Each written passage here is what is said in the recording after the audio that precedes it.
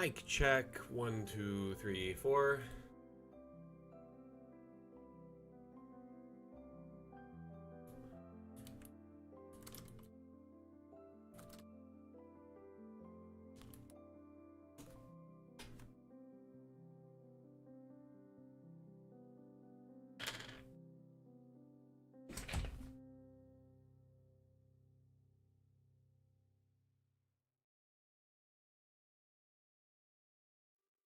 Testing, testing. 1, 2, 3.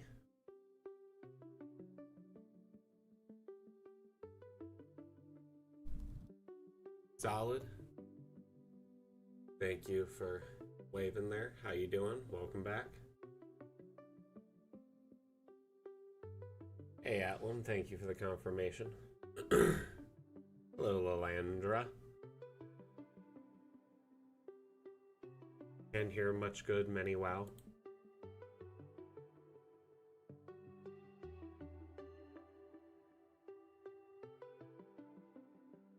Okay.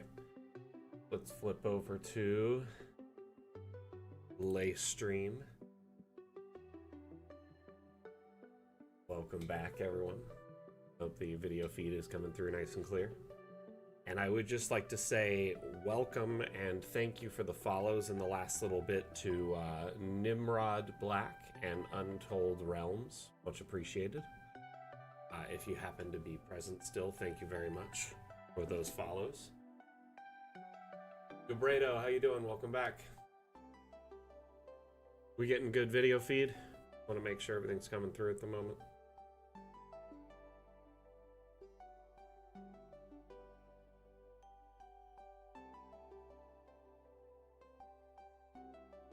There was a lot of entries in the Dam Challenge this time, and honestly, like, I'm all for it.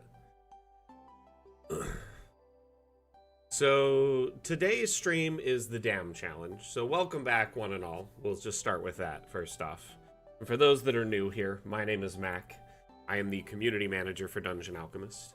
I'm currently going through each stream, refreshing them, making sure the chat's working. I've got, well, I'm trying to get TikTok working. Got TikTok working. I've got Twitch working. I've got YouTube and Facebook working. Steam, are you live yet? Yes, Steam is live. I've got that working, so fantastic. We're working all across the board. The only one I'm not sure of is Twitter right now. But for those aren't unaware, we are multi-streaming on many different platforms. So as I said before, Twitch, Twitter, Facebook, YouTube, TikTok, Steam, etc. Today's stream is a showcase of maps from the Dam Challenge. We host what is called the Dam Challenge, is an ongoing map making contest every 2 weeks. The last theme was 9x6. So using 9x6 as the inspiration, i.e. a map of 9x6 or less, that's an 8.5x11 print. I asked people to build a map within that constraint and see what they could come up with. This is true, Random Ladybird. So there were 13 entries. So, yeah. No, wait, 16, sorry. 5, 10, 15, yep, 16. 16 total. That's impressive, actually. I think because of the size of the map, it inspired a lot more people to enter, which was great. It just makes me happy to see all these different entries. The winner, there was a lot of really good entries. And I was really impressed with a lot of different maps. But the winner, in my opinion, is this particular map here. The Fortune Teller's Tent by Emmy or Mr. Salami. I'm not sure which name they go by. On Discord, it's a different name than it is on Steam. So, whatever. Either way, congratulations to Emmy or Mr. Salami, whoever it is. And I just want to say thank you for sharing this map. I think it had a lot of heart and a lot of little details in it. You know, a fortune teller is perceived in a lot of circles as like a charlatan, right? Or like a snake oil salesman. But in like in a fantasy setting, a fortune teller can be actually a very powerful entity. And it's actually kind of fun to have a map like this to be able to go to.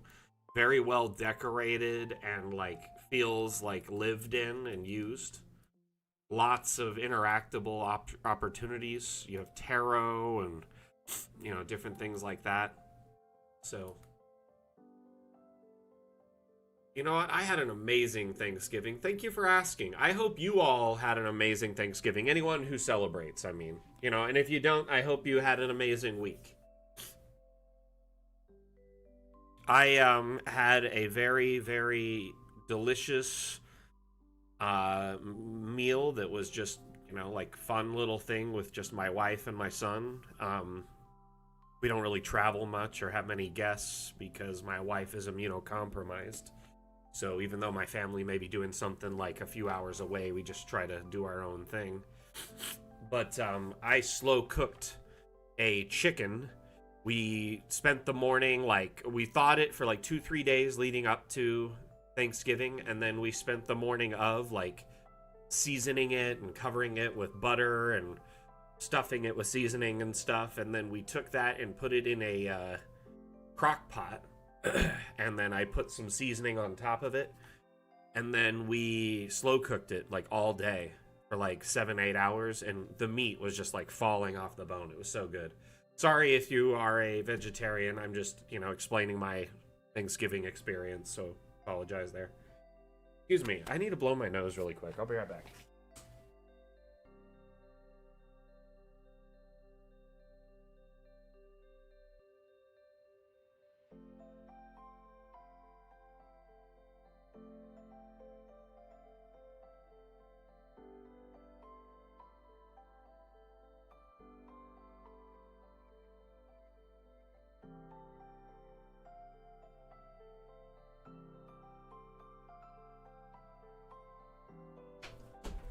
Okay. Hey, better late than never, right, Stratus? Honestly, I very much enjoyed our dinner. I made some tempura green beans, and we had some mashed potatoes. My wife made a pumpkin pie. We had Hawaiian bread rolls, and it was just really yummy all across the board. Oh, and homemade mac and cheese. Very delicious. I would love to hear what y'all ate for Thanksgiving if you celebrated. Stratus, let's hear what your belated Thanksgiving is. So let's take a closer look at all the various details of this map.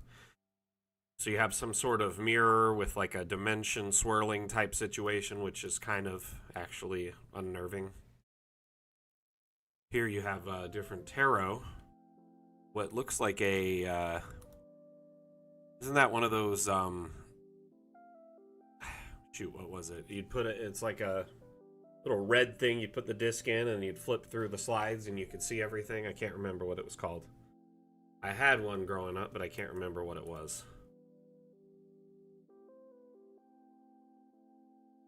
Viewfinder, I guess. I don't know. Is that what it was? I know I had a few different discs. Viewmaster. That's probably what it was. And you could I had some that were kind of cartoon themed. I think I had one that was Fraggle Rock and one that was Eureka's Castle.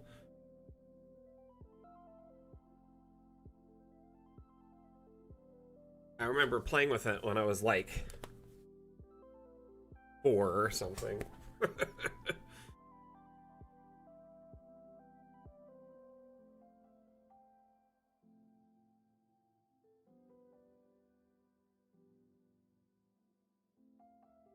I really like this setup.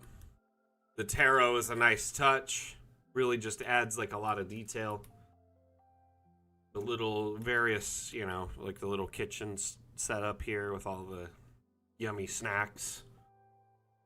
Feels inviting, but also I should be on edge the whole time I'm here is what I feel like.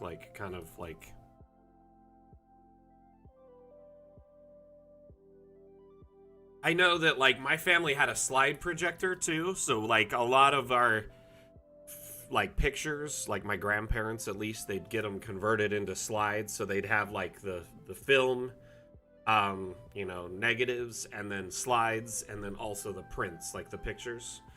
And like all the pictures would be in like a folder book with everything written down and the dates and information. My grandparents were very organized. And then the slides, we'd get together for like a family event. You know, it'd be like Thanksgiving or Christmas or whatever, and then they break out the slide projector and show off something they did that year or something the family did or someone in the family did, whatever. Honestly, like I wish I knew where my Viewmaster went. I wish I knew where a lot of my like childhood toys went. Um, I'd really like to get a hold of my Teddy Ruxpin, but I'm pretty sure it's toast. Mainly because like I'd like to modify it to work with a like a digital setup, so instead of a tape, and then run like an aux cord into it essentially and get it to say whatever, and I think that'd be hilarious. So like I don't know. I don't know. I think it'd be silly.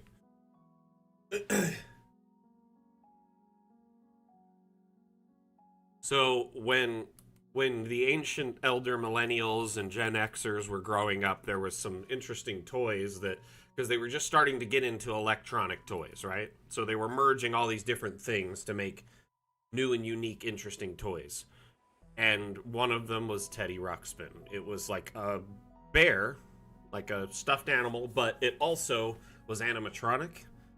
So you could put like tapes in it, and they were special tapes, not like a normal cassette tape, like more like an eight cross between an 8-track and a cassette. And they would play like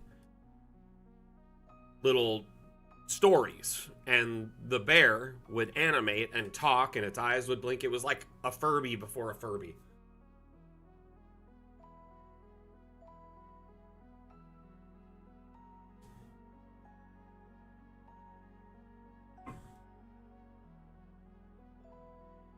Gosh, I like this setup here. I mean, I remember Thundercats, but I don't remember a toy for the sword. Mainly because I mostly watched Thundercat reruns, not live, like as it was being like broadcasted. Um, so the toys were kind of like lost to me, unfortunately. Viewmaster projectors sound really cool though.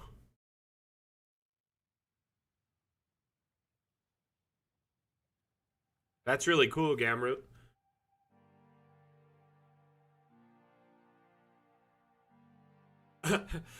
There was a lot of toys I didn't get either, Gamroot, if it makes you feel any better. Man, I wanted a Robbie the Robot so bad.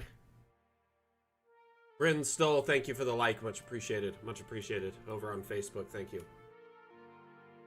Oh, shoot. I just realized that the TikTok chat is frozen. I'm going to refresh it really quick. Sorry about that. So I did not see any chat coming through if people were saying stuff. My bad. My bad. Refreshed. Okay, should be able to see stuff now. So if any of you have any questions on TikTok, feel free to let us know.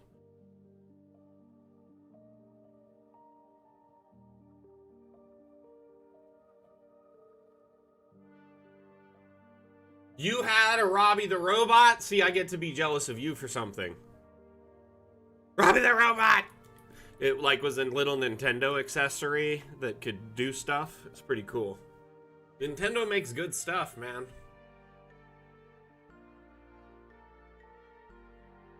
Hey, I haven't seen a size, a limit. Do you have to try... So big maps, the size of a map is directly proportionate to your computer specs. So the more powerful your computer, the larger map you can make. Right now, we're showing off actually really small maps today from a contest where we actually chose to challenge the contestants to make maps that were exceptionally small, 9x6 or less. If you look here, 9x6 actually prints out to an 8.5 by 11 or like a letter print in the US. However, maps can very easily exceed 100 by 100 and go well beyond that. There's plenty shared on the workshop that do that. There is I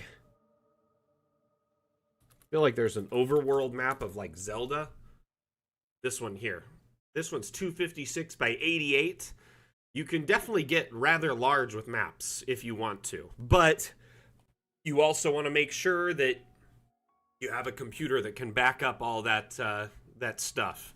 Essentially, Dungeon Alchemist is a real-time 3D render engine. It's not a video game. Most video games are pre-rendered and use tricks like, you know, having a level that you only render that level at any given point, so it saves on processing power and resources required. First and foremost, Dungeon Alchemist isn't a game. It's a render engine for 3D environment where you build the map in real time, and then you can then export top downs of these maps for your tabletop campaigns, or you can capture, you know, cinematic footage in either first person or our cinematic camera to share with your players. So you can do like screenshots or clips and then use them as handouts or theater of the mind or whatever, you know, chase scenes, cut scenes, exploration scenes.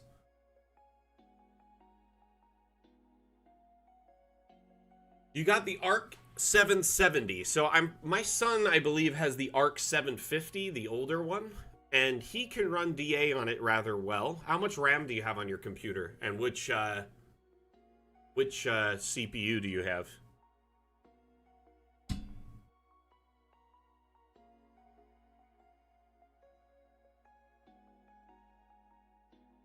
So yes, Zhao, actually that's the primary purpose of Dungeon Alchemist, in fact. So our maps export for a variety of formats. You can export for digital formats that are an image or video only. So you can get a digital file of like a JPEG or an MP4 or a WebM. Those can be used on your TV tabletop. The MP4s and WebMs, you can do loops, right? Or if you run a virtual tabletop software through your TV tabletop, like Foundry, Fantasy Grounds, Roll20, Above, VTT, etc., we offer exports that support them as well. Those exports include data that has line of sight, lighting, windows, walls, doors, etc.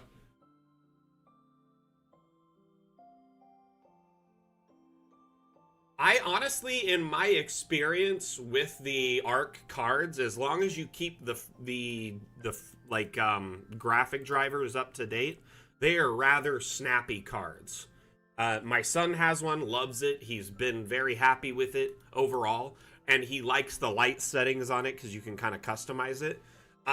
Intel, like, they know how to do their CPUs, and it's like, if they apply themselves in GPUs, it's only a matter of time before they do exceptionally well in that market.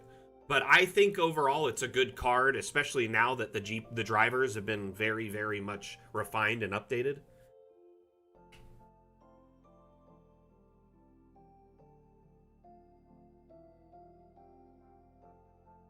Okay, so is it Do in Steam chat asks, the results are pretty neat. Another one question, please. Is it possible to make different floors in a dungeon? So Dungeon Alchemist right now, natively, multi-level is a little tricky, but it's possible. There's several ways to accomplish it, whether it's terrain multi-level or stacking, i.e., you know, like when you were a kid, did you ever play with like Legos or blocks? Where you could essentially build things by stacking things on top of each other to kind of have modular little floors in between. So that is the current way to do multi-level. It's not quite optimal, and it does take a little bit of know-how to do, but it's possible. So if you're willing to roll up your sleeves and, you know, spend a little bit of time learning, yes, it is possible. I have a cave, for instance, that I can show you really quick, is it Dua or Do? I don't know. I don't know how I'm pronouncing your name. Plus, you have like some symbols that look, I don't know, like kind of like Greek. I don't know what they are, but it's very possible to add depth and verticality to your maps. Here is a mine of mine that I built, and I don't really like to branch off of the maps we're showcasing in this particular stream. This is the one exception stream where we usually focus on the maps on the stream, i.e. the maps from the current challenge, i.e. the Dam Challenge, which is an ongoing map making contest. But I do not mind stopping to answer questions and making sure everyone's on the same page, especially if you're learning about Dungeon Alchemist. Zhao, so do you like, would you prefer maps for print, or do you have a TV tabletop? What's your setup like at home? Tell me more about it. That's on TikTok I'm talking to right now. So this map here is like a mine that has a lot of different verticality in it. You have some deep, like water areas, catwalks that raise things up to other, different spots in the mine. You have pitfalls that seemingly drop forever. Various aspects of this mine. Here the tracks go up, here the tracks go down. So it is possible using, say, terrain to get a limited verticality. That's one way. We offer a very cool and impressive terrain set of tools. You can raise and lower the terrain, flatten the terrain, smooth the terrain, change the terrain look, and also carve the caves out using the cave carving tools. Now, our next update, which is due around, probably the first 3 months of next year, will include multi-level in it as a stock feature. The Fun with Objects update is what it's called. And this will allow you to build multi-level structures underground, above ground, a combination of the two. It is very, very intuitive and cool. There's still plenty of work to be done on it, but here's a quick clip kind of showcasing it.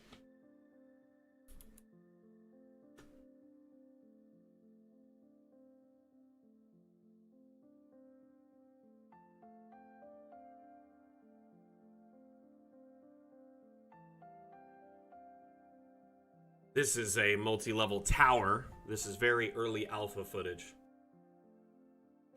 Multi-level will be a game changer in a lot of different ways. And also this next update includes a lot of features that it will improve your workflow and overall just interactivity with objects. Hey Nimrod, welcome. Are you from Blue Sky?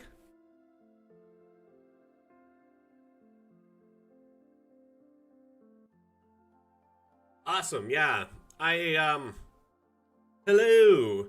So I've been interacting with you there. I'm running the Dungeon Alchemist account on Blue Sky.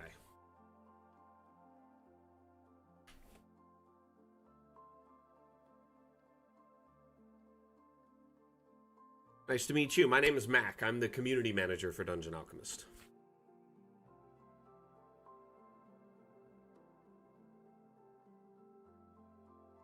Okay, let's get back to the map at hand.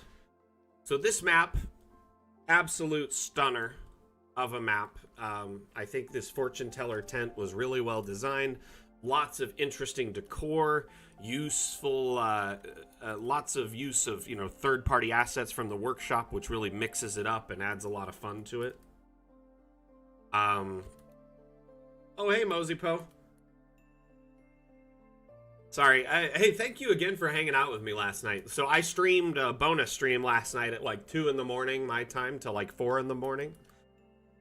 It was nice hanging out and getting to meet some other people from our community and talk to them more because...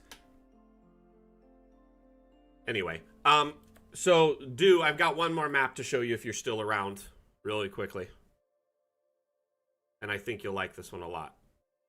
This is a multi-level map I actually built on our stream, our Monday stream we call Map Maker Monday. So every Monday I do a live map making session for people to kind of watch and follow along.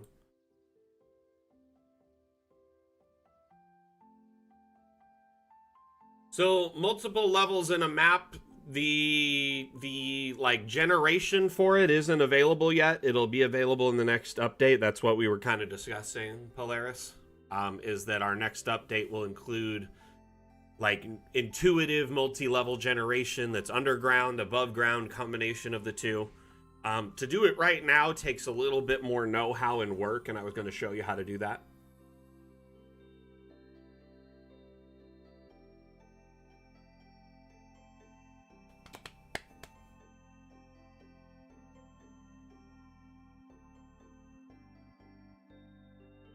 Though after this, I really want to focus on showcasing maps from the Dam Challenge. By the way, TikTok, thank you so much for all the likes. We almost have 500 likes over there. Thank you, thank you. Nice, Polaris. So it is possible to do multi-level right now, but it requires like a few things working in tandem. For starters, pretty much the only level you'll be able to do with this room tool is the first level currently. When the next update comes out, you'll be able to do a multi-level through this. It's very intuitive and simple, very fun. I can't wait for it to launch. But until then, pretty much only the first floor can be done with this tool. Anything above or below that, you have to get creative using objects. So what I did in this map is I built a 4-story, technically 5-story tower. It's a wizard's tower deep in a forest where he likes to teleport to and get away. So, one thing I think you can do is try it out with the demo. We offer a free demo. You can just try the demo for free, see how it runs on your computer. If you're not satisfied with the performance, you can always wait a little bit past that point, you know? But right now with the sale where we're 20% off on Steam, it's the best time to take advantage of the deal and get Dungeon Alchemist at the best possible price. Not to mention we're really, really far in our early access development. We only have 5 remaining updates on our roadmap until we leave early access. Our next update is due within the next 3 months. So we're getting very, very close to the kind of the end game of our roadmap. Our next update, Fun with Objects, will include multi-level, the ability to jump between those levels, stairs transitioning between those levels, all sorts of new object tools. Anyway, kind of getting back to doing multi-level now while you're waiting. Essentially, you have to combine a combination of objects under this panel here, the structural panel, and it does help if you grab objects off of the workshop. There are a lot of objects here, nearly 7,000 objects that add to and complement your existing set of stock objects, which there's around 6,000-7,000 stock objects as well. Combine the two, you have quite a bit. Now, I wouldn't recommend downloading every single object, just download the ones you need. But there are collections of assets that have been kind of pre-configured and put together to help you save time. For instance, these tower building assets. These are a lot of what I use to do the circular floors and stairs in this build. So you can click download all and it downloads every asset in that collection. You're good to go. Or you can download this map and get access to the pieces I used when you subscribe to it.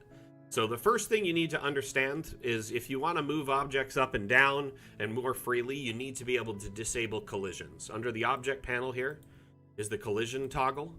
When you disable collisions, it allows you to move objects close to each other without them interfering. Notice this roof is colliding through here. Normally, if I do this, there'll be a red thing saying, nope, you can't do that. With collisions off, I have more freedom to move the object where I want. This is great in a number of ways. This rock formation is actually 4 or 5 rocks combined using that thought. Disabling collisions and merging them together to make kind of a unique new rock outcropping that doesn't exist. Now, once you disable collisions, several secondary behaviors also unlock. One is you can scale objects far below and above their natural restrictions. So if an object isn't natively locked, you'll be able to scale it down and way up. This saves you tons and tons of headache on making objects custom. The other secondary behavior it unlocks is it allows you to raise objects up and down. This little arrow appears when you disable collisions. This allows you to raise objects up and down on the Z plane, the Z axis. Notice all these objects are moving together. That is kind of another thing I used to build this, and it's not part of this per se, but it is an object behavior that all objects do. Essentially anything, every object that is on top of another object, they can be moved or scaled as a singular unit. So I use that to my advantage, and I built every floor in this tower as a singular piece that I can pull apart, kind of like a modular prefab. I don't know, when I was growing up, they had all these Lego houses. My cousin had a doll house. Um, and basically you could like kind of pull off the roof or pull out a section, open it, and see inside at different parts. Go like this, put it over here, pull this floor off, pull this floor off. Each of these is a sectional piece, and I made sure each of these floors was snapped to the same point. If you hold control, if an object doesn't natively snap, it will snap, and you notice it's kind of like bouncing between points on the map. It snaps perfectly into the floor below it because I made sure that they were all on a snapping point. If collisions are off, if an object natively snaps, its collisions or its snapping is disabled, so you have to tap control to re-enable it.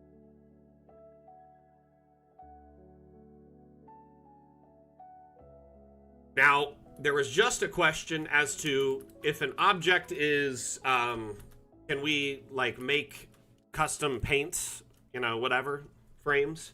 If you want to do a custom paint frame, one way to do it would be abstract objects. This vertical plane, for instance, you could insert any old image in there, including a frame and an image inside of it, and then stretch it out wherever you want. It could be floating in the middle of this with blank PNG below and above it.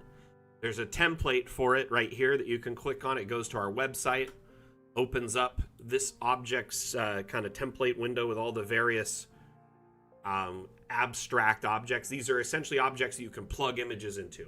So this here, it's the template, which is 1024 by 1024, and it says this green area is the safe space. So anywhere in there, as long as you have like something that looks like a frame with an image in it, and then everything else transparent around it, it would be a floating frame. Hey, Pup Talk, thank you for the love. Much appreciated.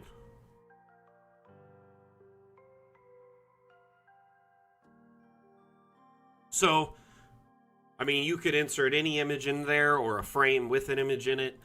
Now, let's say you want to resize a frame, and kind of work around our restrictions. Dungeon Alchemist has all these paintings, right, that can snap onto a wall. Now, normally walls can't be resized, but freestanding walls, i.e. objects, structural, freestanding, these can be resized. So I can resize this wall to much larger, and then this painting is huge now. Now, if I try to rescale it again, though, it will reset, or it's kind of stuck.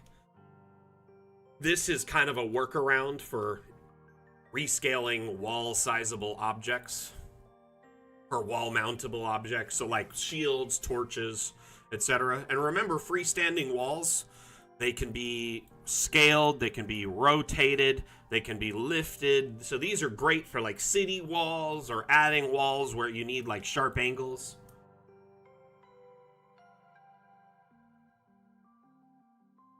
Michelle?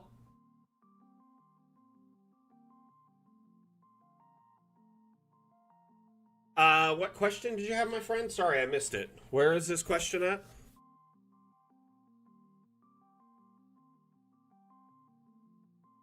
Sorry, Michelle, can you drop your question again? I must have missed it, my friend. Sorry about that. My bad. Yeah, Jem. So I'll say this right now. This method of building this tower will be outdated in like 2-3 months. So it is kind of an effort in futility. I mean, you're learning something that is really good to learn and very cool to know how to do, but very soon will be completely outdated and useless information because it'll be something that you can natively do in the Room Builder tool. So you'll be able to do multi-level within like a few clicks, and hopefully by February or March. Now, until then, I'll explain this one more time, and then we're going to get back to the Dam Challenge entries, because we have this map up right now. This is a 4-story tower that's completely navigable in first person, and I built this in a way that it can be pulled apart, but I built it with a lot of order of operations and thought behind that. So this roof, this object is available on the Steam Workshop. The lovely Mrs. Mac made this at my request to work with this build so we'd have an observatory with like a weather vane and like the line going down to gather the electricity and the opening. That's a custom asset available on the workshop. It's called Observatory Roof. Anyone can download that and use it. Each of these floors, essentially the base of the floor is the foundation, and then I decorated everything on top of it I typically had it on the ground while I was building it, and then I raised it up and snapped it into place. So I would just kind of decorate it down here off to the side somewhere, fill it up with the stuff I wanted, raised it up. And how do you raise things up? Disable collisions. When you disable collisions, objects are allowed to be much closer to each other. Normally that red thing appears and it tells you no, right? Disable that. This object can be merged in and snapped into place much closer, and then I can raise it up until it's the right height. Does that make sense? So essentially, I would build and decorate each of these rooms one at a time. We have many structural objects under the object panel. There's masonry pieces, wall pieces, circular floor pieces, circular wall pieces. So that's how I started this, is each of these wall pieces are a wall on this. And I attached, torches to them and paintings, and basically the walls are on the floor and everything else is on the floor, and then I just lift it all up as a single piece. The big linchpin in all this is the collision toggle. If you disable collisions, objects can merge together. Objects can scale up and down far below their normal limitations, and they can be raised up and down on the z-axis. So I used those kind of things in tandem to build this. Now, the base of it, like I just started with a floor like this on the bottom. I found a snap point, which is where this is kind of lined up here at the top, but at the bottom. Notice how if I hold control, it always kind of snaps into somewhere. Set it down, grabbed a round wall. These also snap onto that wall, onto the floor, and you can hold shift while you plop those in. There is the first floor. Now, you can actually make round rooms with a door now. When I built this, that wasn't an option. So I just kind of put a door on the outside to just say, yeah, that's the entry point. Because we're playing a game of make-believe at the end of the day. I'm sure my players will believe what I say. Oh, that's really cool, Pup Talk. Thank you for being such a long-time supporter. Appreciate that. It's always nice to meet a Kickstarter supporter. Okay, let's grab this token. Put it inside.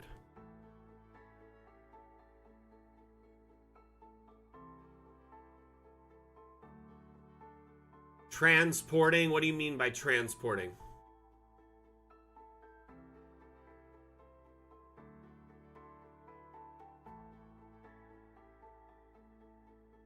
You mean like moving objects between the, like copying and pasting a group of objects between one map to another? Is that what you're talking about? So here we have the observatory floor. No worries, Jim. Oh, hey, love. And then next, you go down, you have the third floor. This is totally traversable in first person. I made sure of that.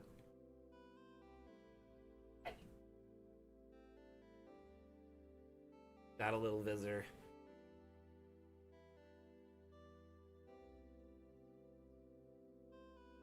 Here we have the bedroom and the bathroom area.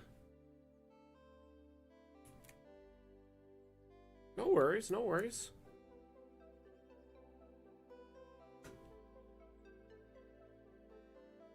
Sorry, I'm doing this one-handed, so I'm multitasking as well. He just had a bath, so he's so relaxed. Oh, oh, oh, oh.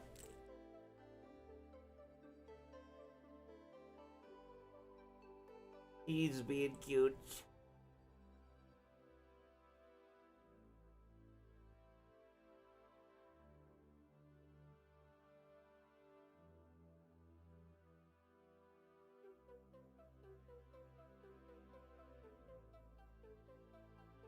He's a good boy. Okay, go to mom. Go to mom, you distraction. Wait. He's usually very calm after his bath because he likes to sit on a heat pad and just relax while he warms up. It's also kind of the cold part of the year, so he's like way more chill. And there's the hearth, kind of kitchen area. There's a hatch to go underground that's like an escape tunnel. Here's the faux door that I put in to make it seem like there is a door. I did everything I could. Anyway.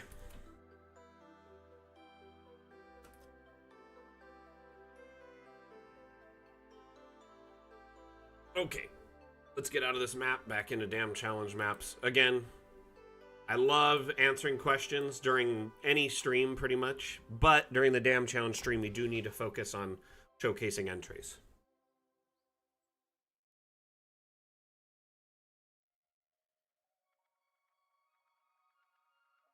We're going to just bust through these as quick as possible.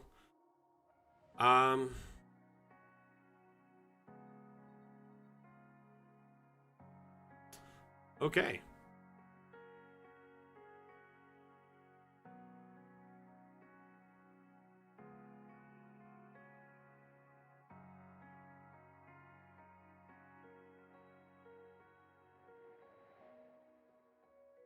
So this one here is from Troutfoot, and it is a sausage works, where they're just grinding up brains to make sausage. So definitely a nefarious meat market. I was quite concerned for a moment as what I was looking at. It kind of just loaded showing this right there, right? So, you know. It's an interesting piece, for sure.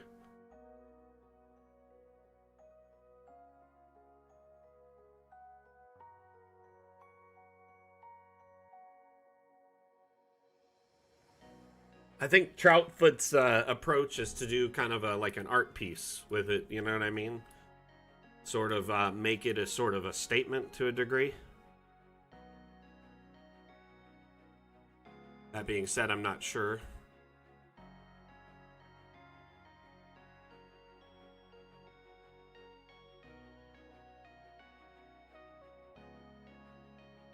What we're going for here. But at the same time, you know, that is exactly how art is supposed to be. It's not always at first easily identifiable or interpretable.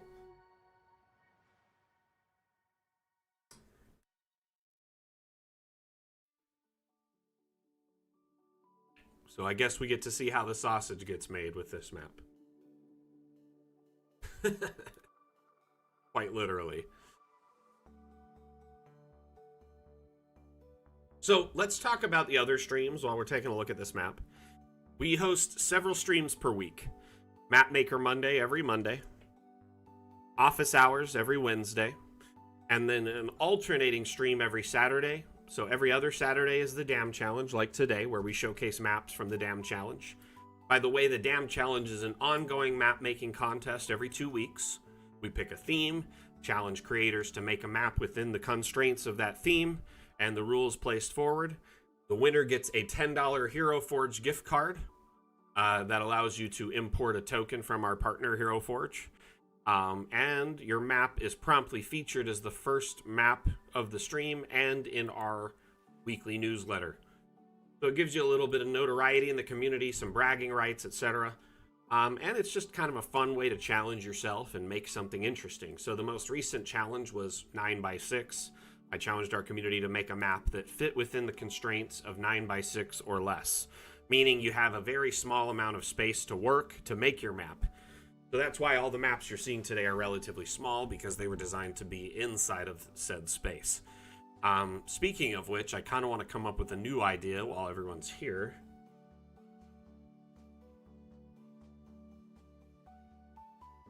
Not sure what to do, though. Open to suggestions if anyone has any.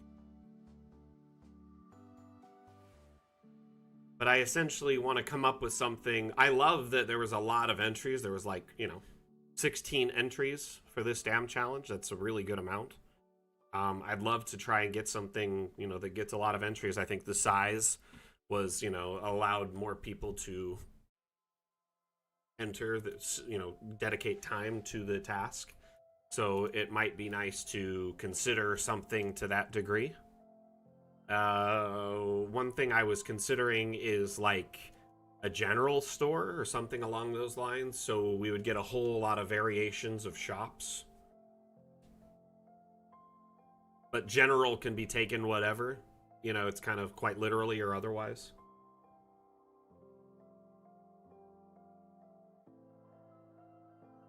Yellow Shark, welcome to the stream. And no, your question's totally fine.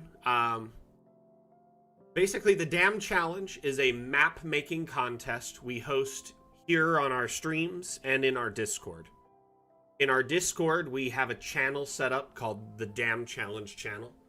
In fact, Atlan, can you drop the Discord channel link, please, in chat? The Discord channel is kind of the big grouping of our community. More of our community meets up there than anywhere else. It's a great place to go because you can get support, ask questions, or, you know, try to get support inquiries. You can chat with other GMs about your campaign ideas, etc. But the Dam Challenge is essentially a fun map-making contest that we host every 2 weeks. So right now, we're actually trying to pick a theme for the next contest, which you're welcome to contribute information and feedback to share an idea. Like I was suggesting, general store. So anyone could enter as long as they make a map that is a general store, using general store as the inspiration. And then you submit your map to our Dam Challenge channel in our Discord. In Discord, in that channel, pinned at the top of the channel are some rules. So basically, very, very friendly, fun competition. It's ongoing every 2 weeks. So if you don't enter now, you could enter, you know, a month or two from now. We encourage everyone to enter. And it's actually all in fun and jest. There really is no, like, crazy competition about it. It's all meant to just be for fun. At the end of the day, there is a prize. You can win a $10 Hero Forge gift card if your map is the winner. Fairy tale folklore, is that your suggestion, Lilandra? So, Yellow Shark, did I explain that to your comprehension? Did that make sense? Or do I need to explain it a little bit further?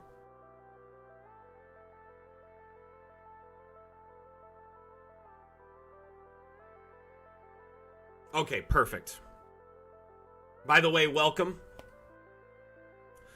Do you already own a copy of Dungeon Alchemist, or are you kind of just watching and learning right now?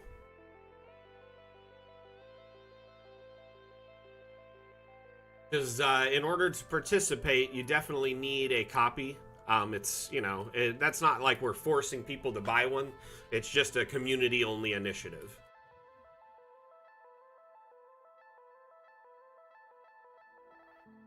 Oh, you were a pledger on Kickstarter. Awesome. Well, thank you for your continued support. We appreciate you. This is so cool. I love sci-fi maps. Park Arboretum. Interesting. Holiday Market. Yeah, shop is very open-ended because a lot of people here could make a shop and use it in their own campaign.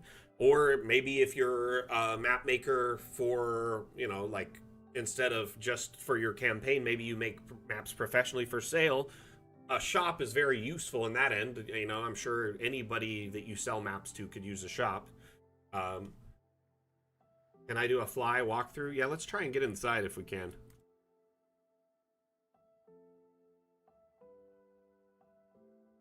No!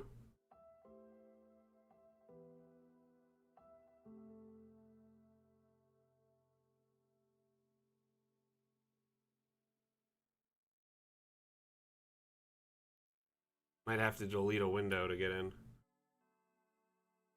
Oh, I got an idea. Let's see if any of the colliders are cooperative.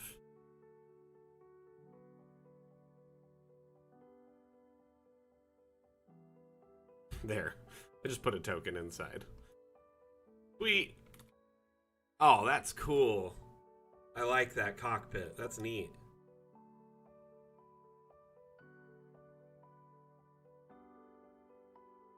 Hey, see you later, Michelle. Thank you for being here, my friend. You're welcome back anytime. You know that. Oh, very cool. We got a speeder. Little processing machine. Wow. Wow. Yeah, really optimized. I'm kind of mad at myself for not going inside of this earlier. I only peeked through the windows when I was like assessing it. This is really cool.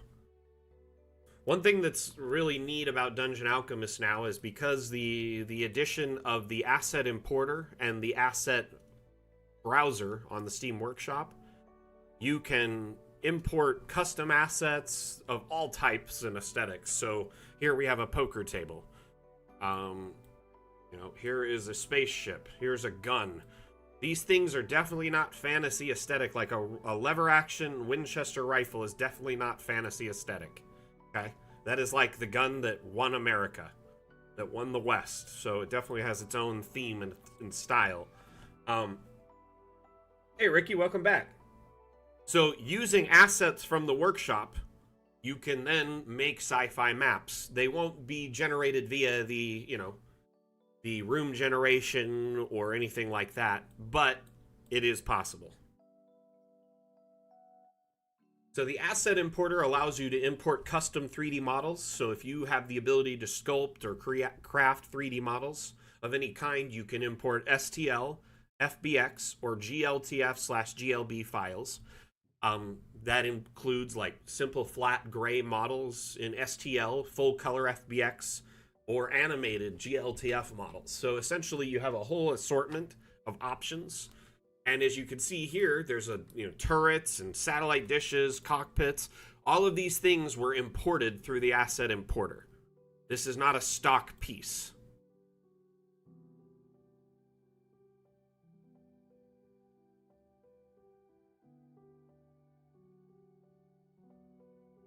I think that's really cool. Looks really good.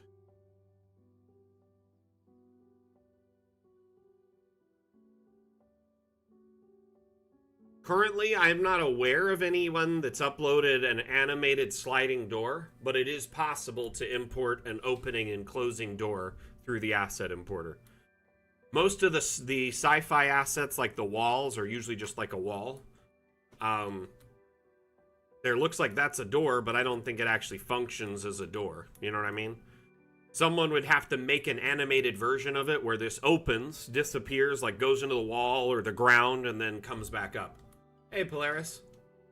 Like Asmodeus, for instance, and Swedish Cook have uploaded gates that animate and doors that open and close. So it is possible, but someone would have to take the time to do it. And I'm not gonna, demand that of them because they share the assets and create the ones they do out of the kindness of their hearts. And I really do think it's wise of us to not put any excess pressures on them, and just allow them to kind of let their creative juices flow and make what they want.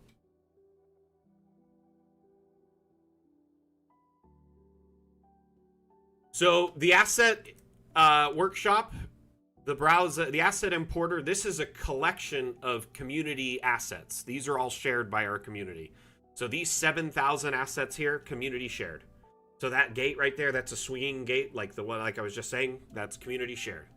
All of these assets were essentially either crafted by hand by a community member or sourced by a community member from an online site and then uploaded through the asset importer.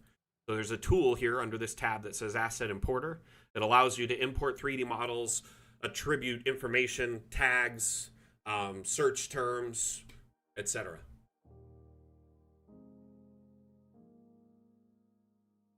So right now, the current Dam Challenge has just ended. We're going to pick a new theme sometime during this stream. And then the new theme will be announced publicly in our Discord by Monday afternoon. We announce the winner there and the next theme. So we give everyone kind of the weekend off. If you happen to hear what the new theme is while you're here, you have a head start on it so you can start working on it in your private time.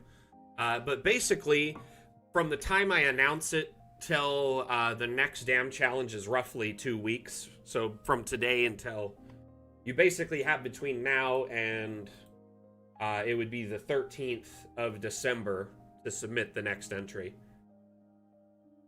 Winter Wonderland's a great idea, but we've also done that before when we had the Winter Wonderland update.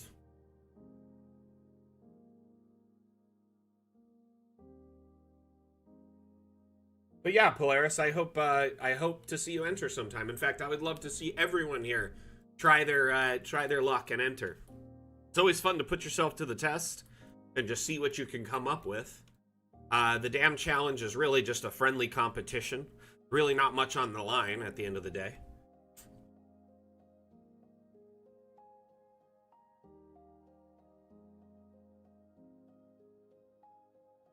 One thing about it, Mosey Poe, is, you know, you can put in as much time as you want into it as long as you kind of follow the theme and aesthetic. This last one, 9x6, probably would have been a great one because so much, like, it's so little as far as size is concerned.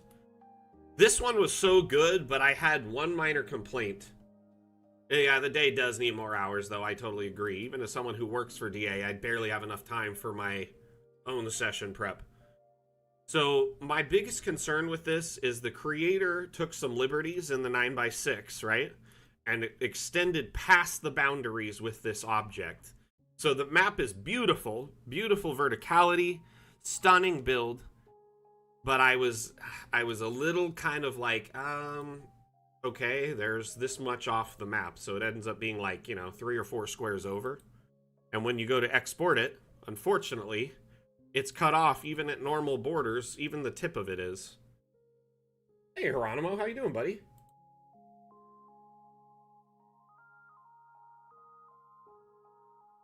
Right, if the government had their way, they'd add more hours just so we'd have more time to work, right?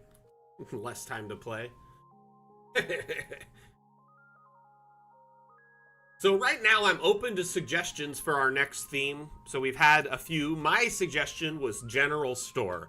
General Store is very open-ended. You can make whatever you want out of it. You can make any type of shop. You can make a holiday theme shop or just a general store. You could do it in a Western setting or in a fantasy setting, anything you want. Yes, Emmy won. Congrats to Emmy. Emmy won a Dammy. Just kidding. Holiday vacation? That's an interesting one, Riot Girl.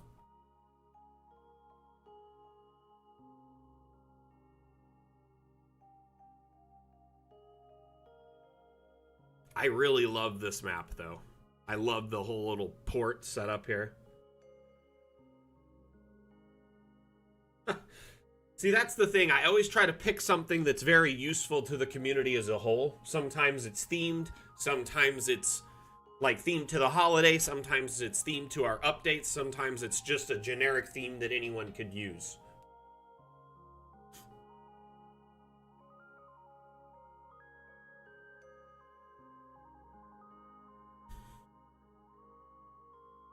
Hey, Caillou. Oh, Mondu, you're silly.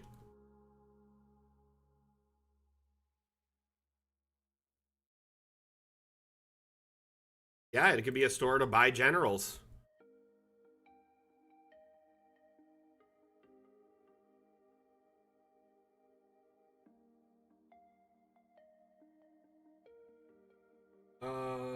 Where is Run Amok's suggestion?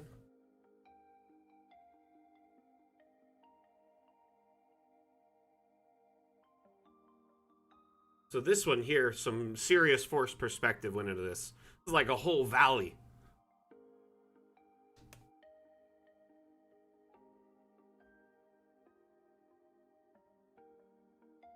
Hold on. Where did they say that?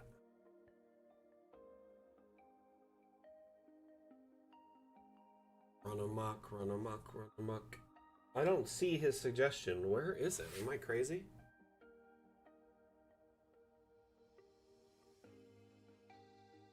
Which chat was it in?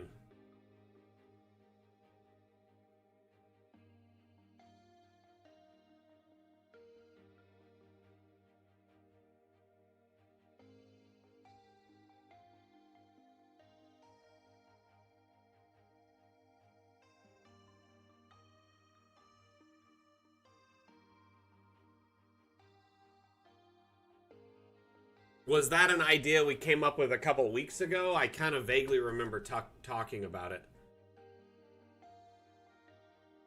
So this entire map, 9x6, and is a whole like village with a story.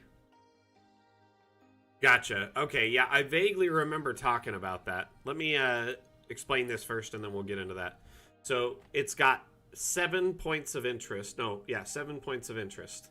Town, village, abandoned mine, docks, water bridge, water dam bridge, ruins of an old city, and a settlement. Wonder if they're labeled. Ah, they're not. Darn it.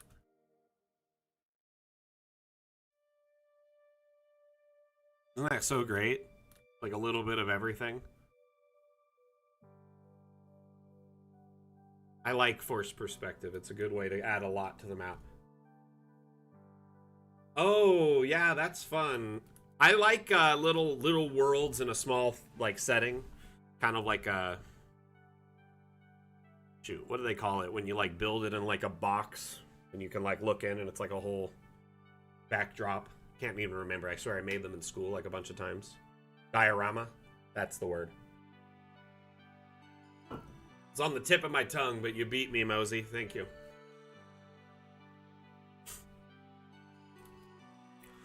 Dioramas could be fun, like for a theme.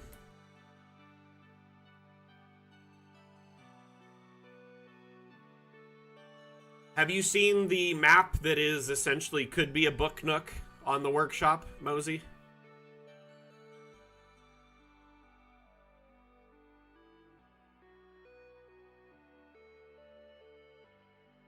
Hangman's Alley. Look this up when you get a second. I'll look it up on the stream if we have time at the end, okay? Remind me after we've looked at every map. But this is essentially just like an alley, and that's it. But you could put a book on either end, it'd be perfect. Anyway, we'll look at it in a bit, okay?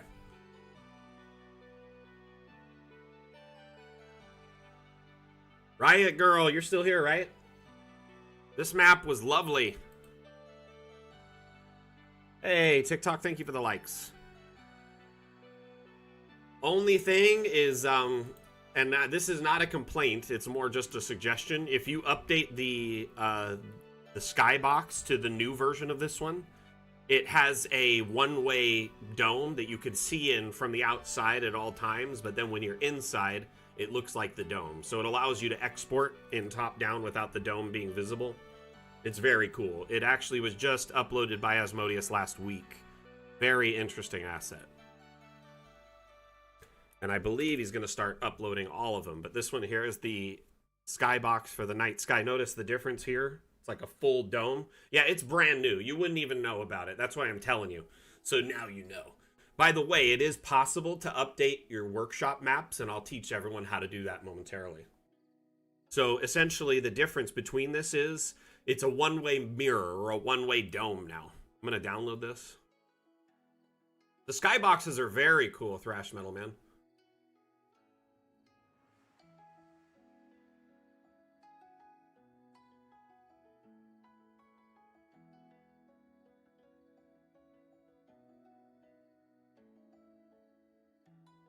Oh, I liked yours a lot, actually.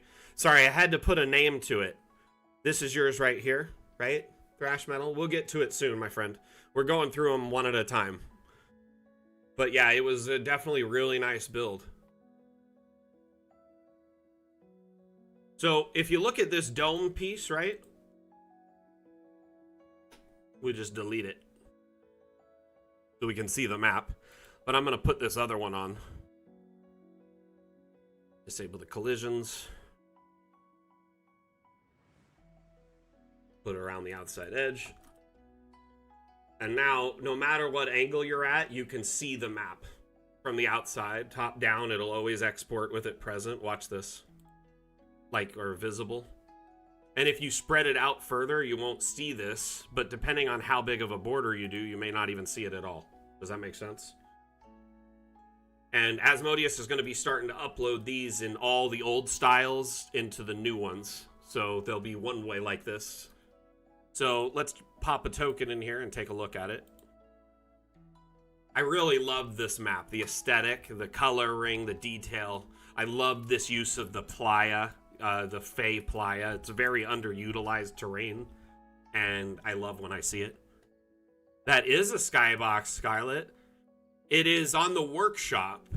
Anyone can download it. One of our moderators, Asmodeus, made and shared it on the workshop, and we were just kind of showing how it works. There's a few skyboxes, but this one's unique in that it's a one-way skybox. So imagine a one-way mirror, but it's a globe. Oh, the workshop's a very powerful tool. I mean, it definitely turns... I mean, you know Dungeon Alchemist is great on its own, but the workshop turns it up to 11. You know what I mean? Like, not only do you have over 10,000 maps that you can access and get inspiration from or learn from by reverse engineering. That makes me happy to hear. Makes me happy to hear. How have you been as of late? What you been up to? And how is your campaign going? But if you go to the workshop browser for the assets, there's almost 7,000 assets. There's sci-fi, cyberpunk, apocalypse, modern, and of course, way more fantasy aesthetic that dips into things that aren't currently available in the stock assets. By empowering our community to, you know, be able to share and upload assets, it really has expanded what Dungeon Alchemist can do, like, a significant amount. It's basically double.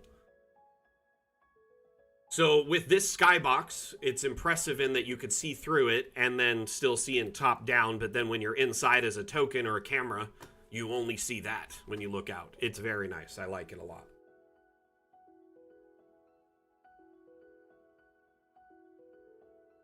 You should definitely spend some time there. Word of the wise, though, it's very easy to kind of fall into the trap of just downloading everything.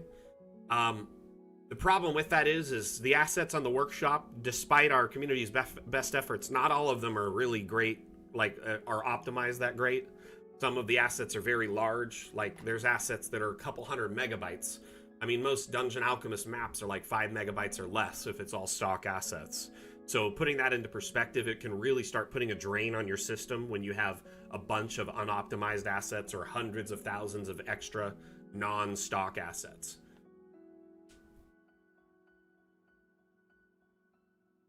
Skyboxes are great for screenshots, first-person walkthroughs, but this one, because it's a one-way, you can leave it on the map while you export and still have it present, so you really don't need two versions of the map. But yeah, it's primarily for the benefit of a first-person view, but when you're in here, this looks like a dreamscape, doesn't it? Like, this feels incredibly surreal like this.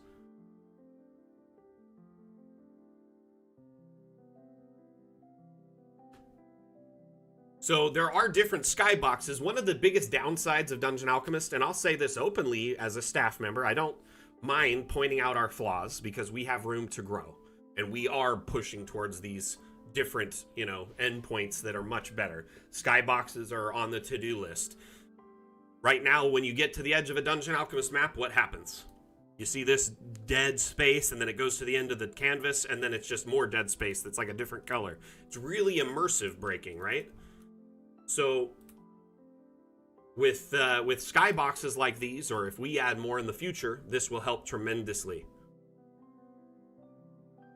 So these skyboxes, of course, aren't like a stock option. They're on the workshop. They're a third-party option. There's a bunch of them. There's clouds, there's twilight, there's lightning, and all sorts of stuff.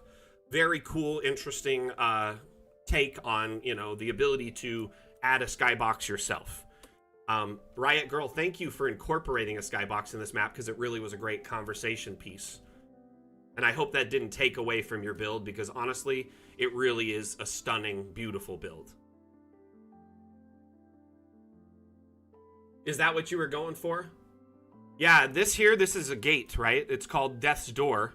And every once in a while, like a necrotic kind of hand, like a ghost hand, spectral hand kind of reaches out. So now let's talk about how you can update a map, because I told Riot Girl how to change the skybox to this one-way one. Let's say she wants to update her map, or any of you want to update a map that you already put on the workshop. It's kind of counterintuitive because of the way Steam works, so let me explain it and why it is. Normally you'd just open up your map on like your home computer if you were working on something like Photoshop or a video editor, and you just start making edits and save it, right? Unfortunately, that's not the case with Steam Workshop-based cloud stuff. You have to open it from the workshop. So what you would do is you would go to Open Published Map. Let's just open one of my maps for the sake of this.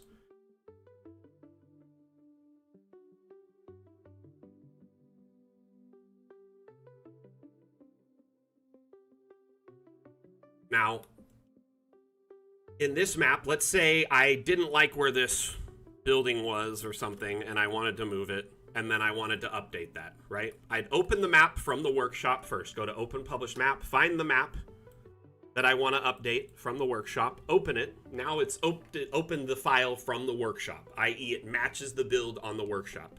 Make any changes you want to do,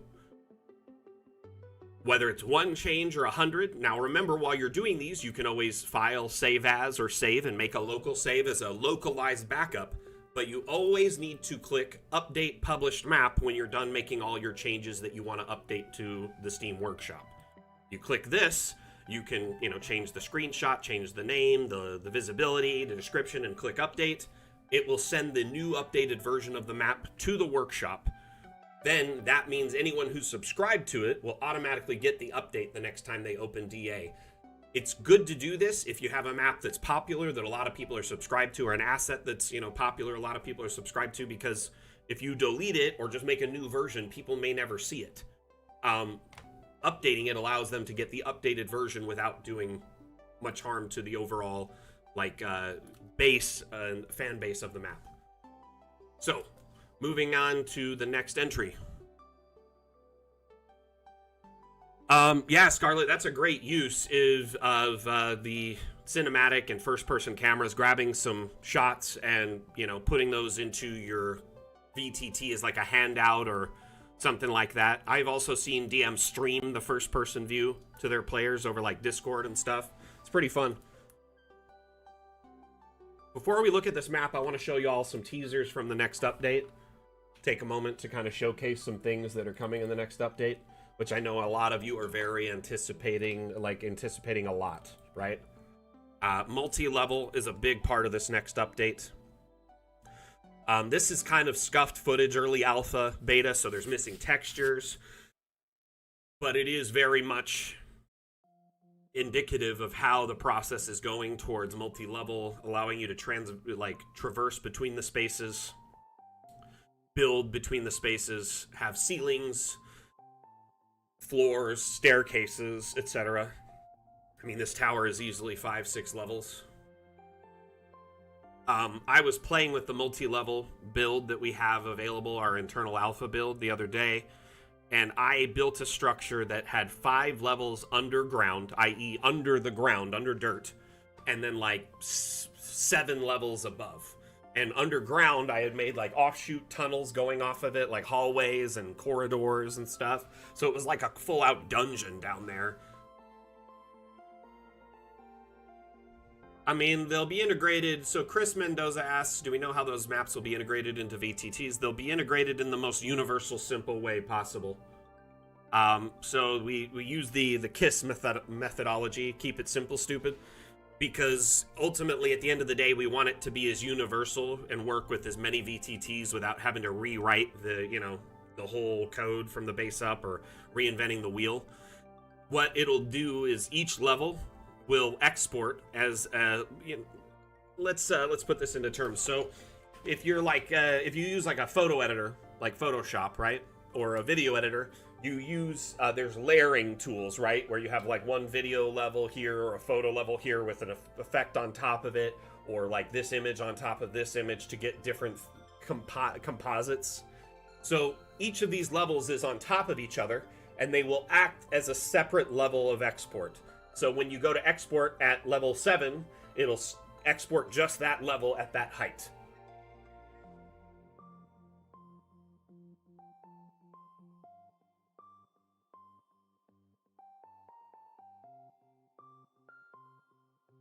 There probably is one on the upvote already, Sagram. If there isn't already, make one, but I'm pretty sure there is improved secret door, exports and stuff like that as a suggestion. But yeah, Chris, essentially each level will be its own map that exports as a slice, a layer, that would be a new scene on your virtual tabletop of choice.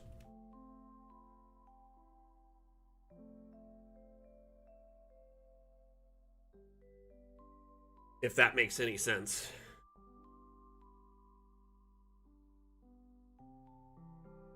So getting back to this map here, lovely little florist shop. I think it's absolutely adorable. Lot of like heart in this build. My family actually is, it's kind of like a sensitive subject, but my family in LA and that area, they have a couple florist shops. So that's kind of how my great uncle and my second cousins and like a lot of my family in that area make a living, right? So they like it's kind of a big deal in our family, right? So like I'm not nearly as passionate about it as they are, but they like, you know, everyone in that part of the family knows everything about like flowers and horticulture. They're insanely good florists. And like this here really appeals for that reason. I don't know. It just reminds me of going to their shop when I was little and visiting and hanging out and looking at all the stuff. Kind of unlocks a core memory for me a little bit. But oh my, this is beautiful. Oh look, it's Ego's plant. Great. Gonna destroy the whole world.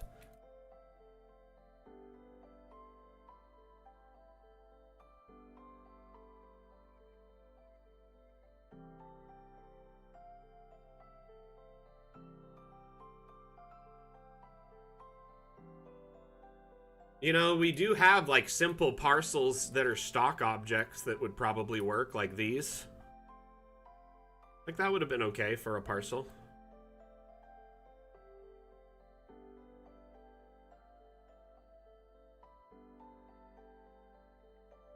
So that's what you were going for initially? Gotcha.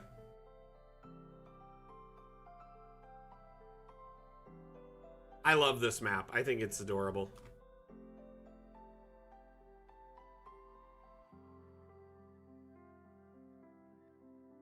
Ooh, the plants in the display case. How did I not notice that before? Very cool.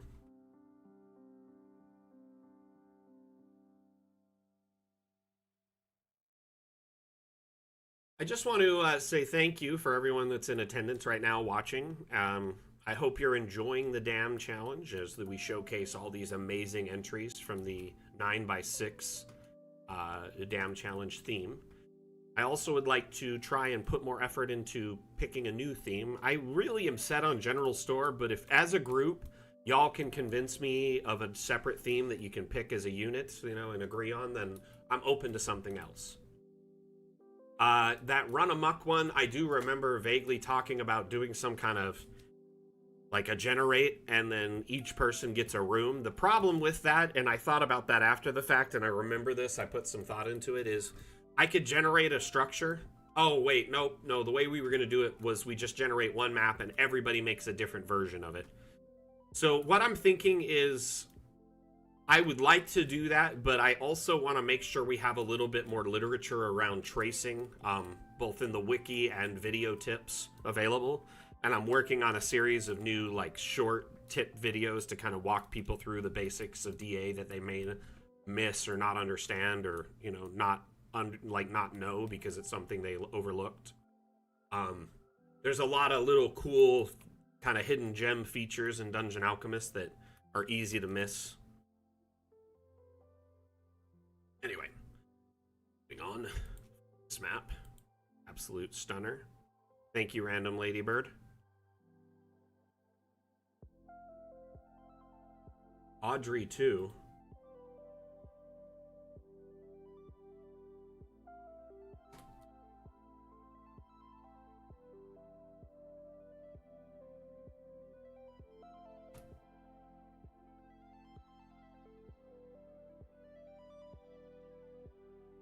So I made a bunch of those like 2 years ago, and I would make like little teasers and showcase features as they're coming out. But the problem is they, in the algorithmic based like platforms, you know, like TikTok and Facebook and YouTube, they disappear and they're hard to find, to just dig through months and months of stuff to find. So I think what I'm going to do is I'm making like playlists in all these locations, and all the new videos will go into the playlists and hopefully stay more like prevalent and visible.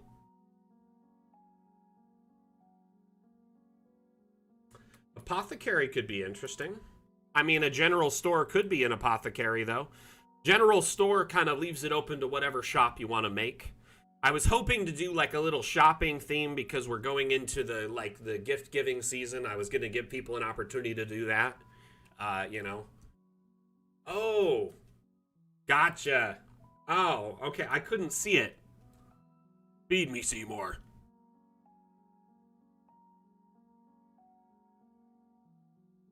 A window display? Interesting.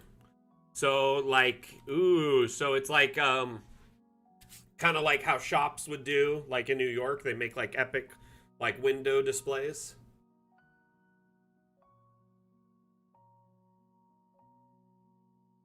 Like Macy's and, yep. Window shopping is an interesting theme. I actually like that. Okay, that might have swayed me into something else because it leans enough into my theme, but also is a much more like fun kind of option there.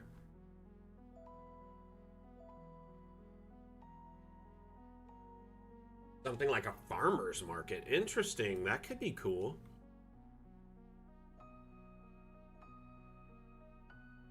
So I like idea of a market, some kind of commerce piece around, you know, just gift giving, shopping, and I know that seems kind of whatever, silly, but ultimately I think it'll allow you to kind of cater to maybe your holiday themed plans or one shots you might be planning for your groups, and use these maps to that end. This was a really fun build. I actually thought it was kind of interesting and unique. So it's a ranger bolt hole, which a bolt hole is like a little secret hidey hole that you can, you know, essentially make like a little home in that's ideal for like one person or like a small group. And as you can see, it's got like a nice little seamed entry using objects. That is a door from the workshop, so it's just a free floating, you know, door. It won't open on its own, but at least you can... Oh yeah, they put the rotating point on the hinge, so at least you can open it if you rotate it to a degree. I think I need to disable collisions because it was hidden something there. But see, you could do something like that and it looks like it opens, which that's not bad.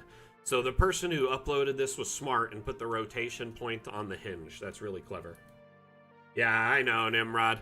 It always turns them back on when I go into a new map, and I hate that. Like, I wish it stayed what I left it at in the previous states.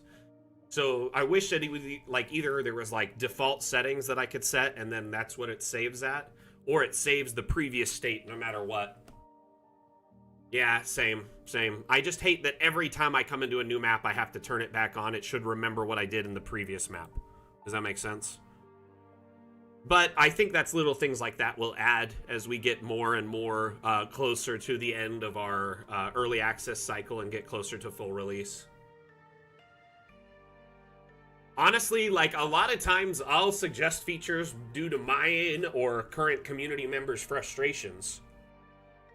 Like, a lot of times they'll hear your feedback on those frustrations and implement fixes relatively quick.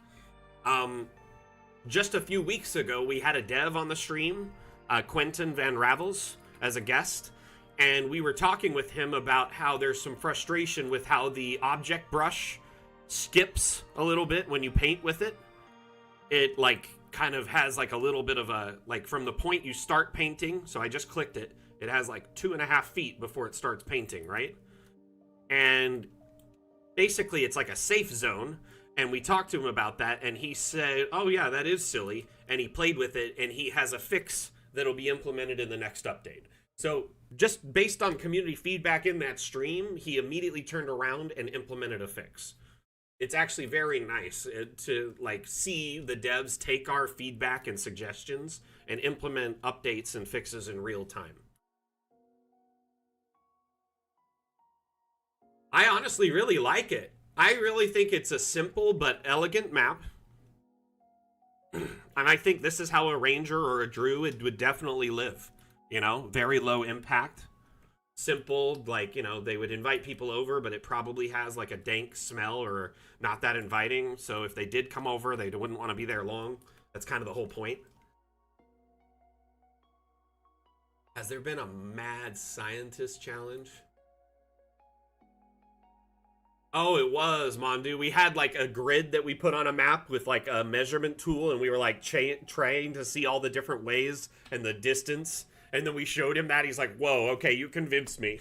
Like we did some serious map science there. It was very cool.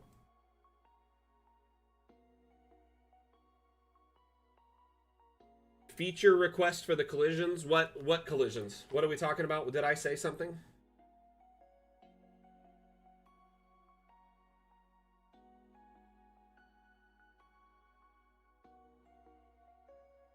Sorry, did I miss something? What did you say, Nick? Nick. Seeing it. Oh, my suggestion, huh? Streamer brain to the rescue. Me talking about the it remembers your presets or remembers the last settings. Yeah. Honestly, little things like that I'm sure will come with time. Hey, by the way, our next update includes open recent map. There's like a new tab here. So it'll like show a list of your most recent maps you opened, so you don't need to go hunt for them in their files. Yeah, Nick, I'm sorry. So I have this what I aptly call streamer brain, and I think a lot of content creators that are live have this. Because you get in the habit of like talking and having a lot of conversations going simultaneously in different places, and they're all different themes, and you jump around a lot, and then sometimes you'll like start focusing on what you're looking at instead, like the game at hand, and then you forget. This happens a lot. I kind of shift gears all the time, and I use a lot of filler as an entertainer when I'm talking to just kind of fill the void and make sure there's no dead space. So on occasion, I'll talk about things 30 seconds ago I barely even remember.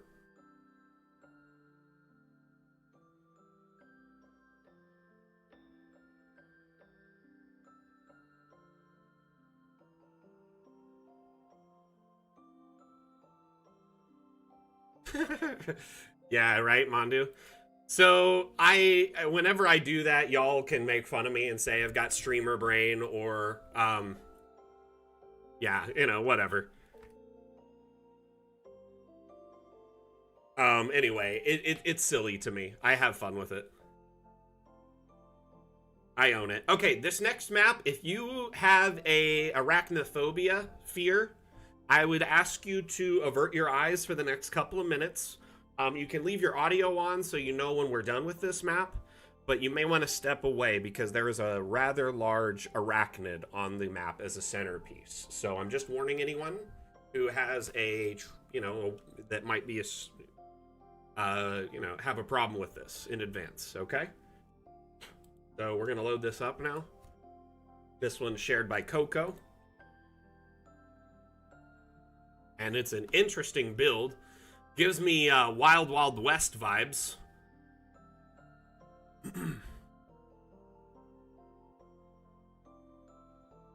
But essentially, they have built she built like a massive,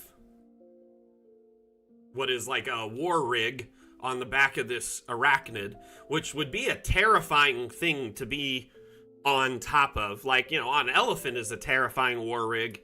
Like when they do that in like Lord of the Rings or, in old battles, I would imagine seeing something like that is terrifying. Now imagine something that has the strength and like durability of a spider and like the carapace of a spider that big. Ooh, terrifying.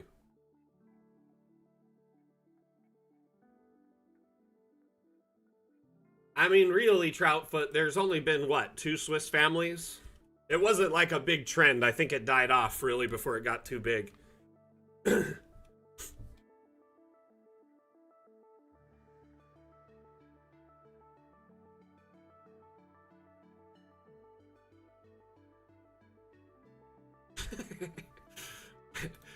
I think that ship sailed 80 years ago when Buena Vista Entertainment was absorbed by Disney.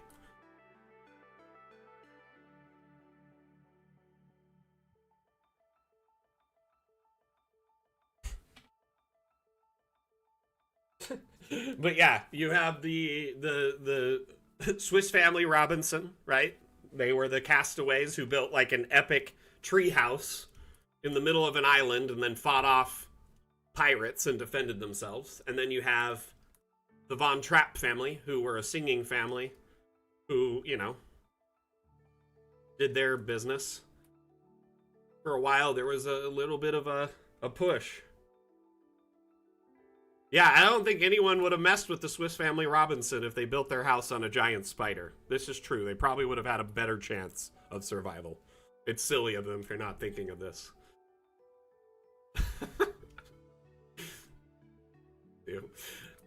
Or actually, sorry, Troutfoot. Honestly, yeah, this is like a really creepy build, but I think it's good in its own right. I'm honestly more power to the thought of like taming and like mounting a massive spider. Like if you could put this under your control, I would not want to be the enemy that has to face this thing. Okay, since this is a more disturbing map, we're going to move on from it rather quick. Let's go to the next build. Oh, this one's really cool. Fur on my face from the dog.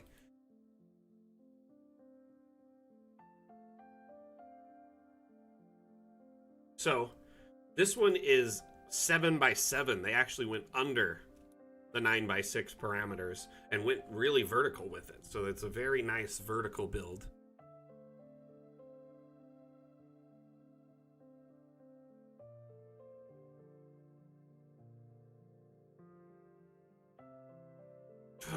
Collisions, man.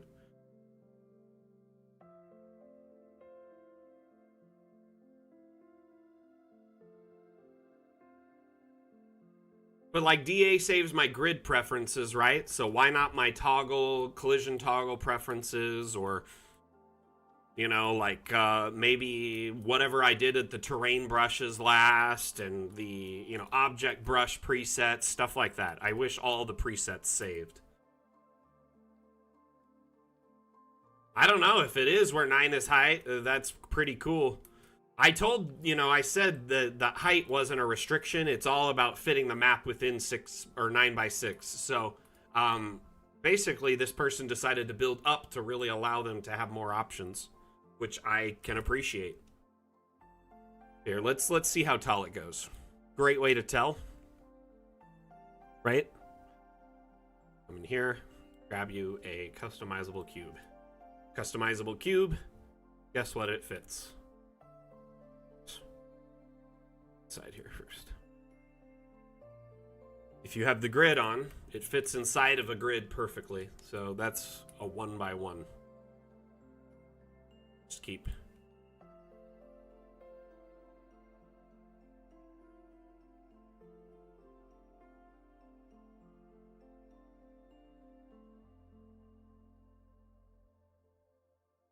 I mean, technically it is 9. If you count the pillars, it's under 9.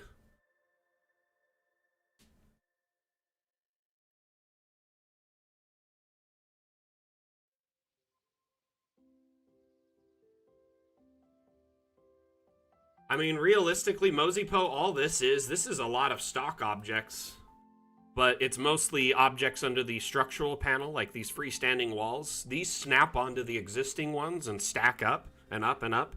You essentially just disable collisions and make sure you get it snapped into place. Right? Then you can do the floor above. This one's just layering on top of the existing, but you get the idea. Oops.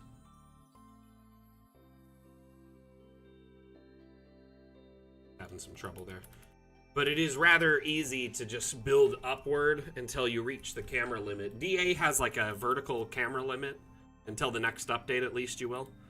So, it's a good idea to just make sure you don't build too tall, or you check the export every once in a while to see if you haven't surpassed it.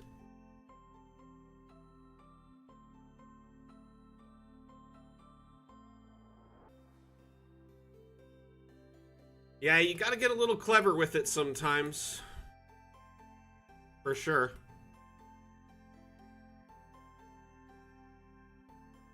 Alrighty. This one's quite cool. Really impressive build.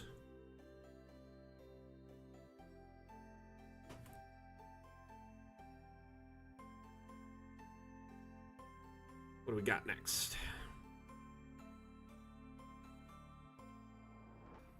Neat little Hieronymo build here. By the way, anyone watching, if you have questions related to Dungeon Alchemist, concerns, suggestions, feedback, please let me know. As the community manager for Dungeon Alchemist, I feel, it's my duty to make sure that you're properly educated on how to use Dungeon Alchemist effectively, to build the maps you want to without, too much struggle, and that you understand the tool you have at your disposal. So these streams are intended to be informative and to guide you in that regard. Think of them as an AMA format. So if you have questions, concerns, you can ask me, and I will do my best to provide assistance, as long as it's Dungeon Alchemist related, of course.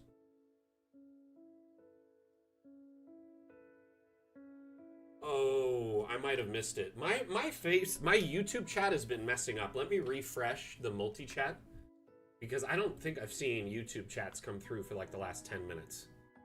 So Thrash Metal, I'm sorry if I missed your thing there. Okay, I'm refreshing the chat feed right now, so it should be better. Hey, Highland Lass, how are you? So what was Thrash Metal's?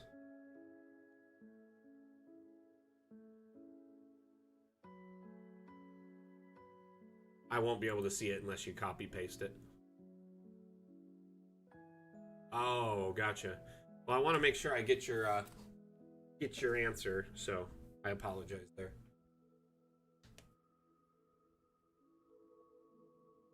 By the way, for those tuning in on various platforms, we're multi-streaming on, 6, 7 platforms right now. We're live on Twitch, Twitter, Facebook, YouTube, TikTok, Steam.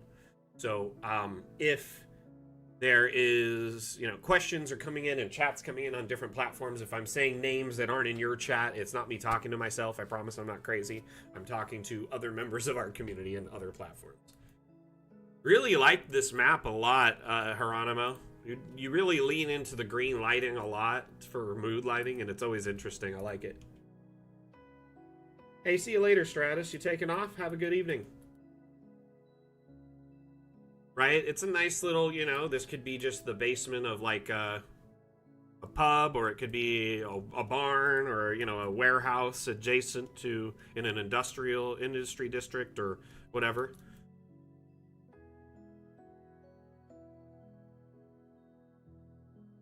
The underground area is really nice.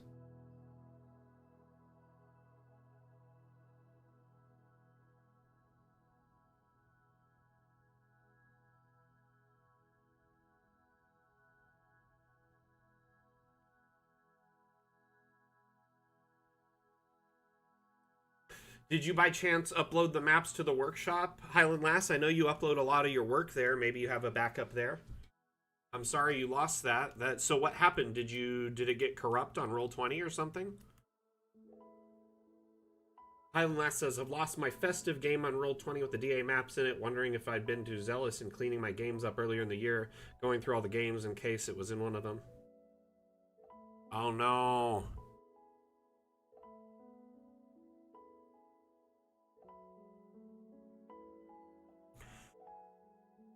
Jay Noble on TikTok asks, hi, do you know how can we export and embed the 3D model into a web page? That seems a little interesting of a question. I'm trying to understand what you mean by that. What I think you're meaning is, how do we do 3D exports, like a true 3D export, i.e. a 3D model or an engine export, something like that? Is that what you're asking about, J Noble or JK Noble? I just want to clarify.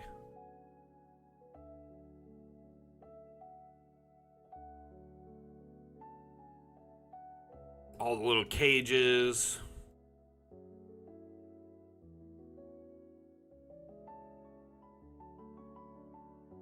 Okay, so Jay Noble, Dungeon Alchemist is a map-making utility and an immersion tool for tabletop games such as like D&D, Pathfinder, essentially tabletop games in a fantasy setting, kind of leaning into like steampunk or early Western.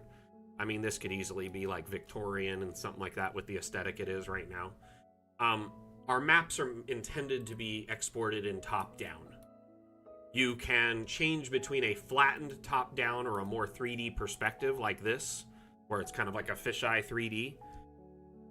Our maps are never intended, and we really don't have any plan to offer 3D export in that sense, in like a full 3D model or 3D engine. I understand the reasoning for it.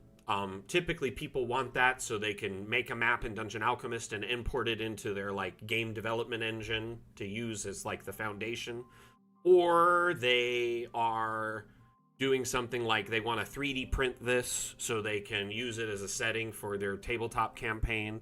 Alternatively, they want to export as a 3D for, say, 3D virtual tabletop systems like Tabletop Simulator or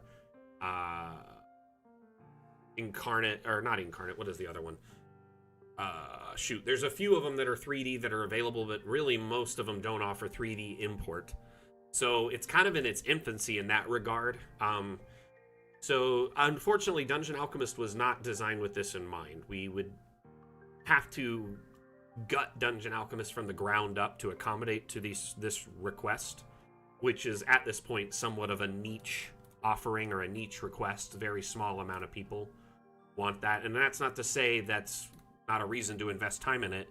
It's just to say with our team of 10 people and our limited allocation of resources and, budget, we can only do so much. And we have so many promises and plans already on our existing roadmap to our Kickstarter supporters that we need to deliver on first. If we ever do offer anything like that, it'll be after we leave early access. The other day, Wim was manning the social network stuff while I was taking the day off for Thanksgiving. And someone asked on one of our social networks, I can't remember where, but they said, it would be really cool if you guys offered 3D export for, these different modules for whatever, and so people could, play in true 3D or something like that. And Wim, the creator of Dungeon Alchemist, our lead artist, he essentially said, well, we're not in the end game yet. And Wim likes to drop these really ominous leaks. And how I'm perceiving that is maybe after we leave early access is that they're considering doing something along those lines where we may offer like a limited 3D VTT, like you can play inside of Dungeon Alchemist as a game system. Or there may be an add-on that we do that is like an add-on extension that you can download to make it work that way. Alternatively, who knows? Maybe we may offer 3D exports someday after Dungeon Alchemist is feature complete. So ultimately, I don't like to promise things like this because I've been told it's really not on the menu. You know what I mean? But at the same time, our lead developer says silly stuff like that sometimes. So you just really got to take it with a grain of salt. I really love this right here, Geronimo. You should screenshot it just like this, right? Like a perfect fit like this. Because it looks like those really intensely rendered 3D maps that people share on Reddit. I don't know if you've seen them, but there's some 3D artists who make detailed maps that are akin to DA, but they're very custom like this, heavily detailed of just a single scene,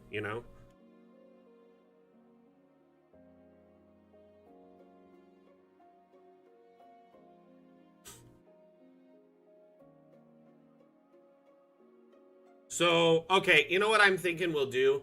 I do like window shopping, okay?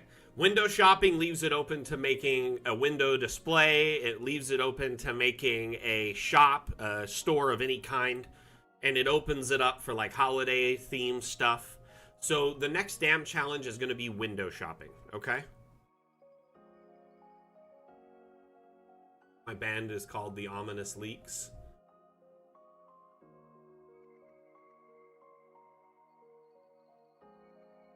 Okay, this next map is, it's impressive. Hey, no worries, JK Noble. I hope, you don't feel discouraged with us just because we don't plan to do 3D export anytime soon. But I will say this, I understand your desire for it and why you want it. Like, I get it, you know? And I hope someday that maybe the devs change their stance on it, you know? Oh man, you can't make that completely transparent now. But yeah, this map is 1 by 1.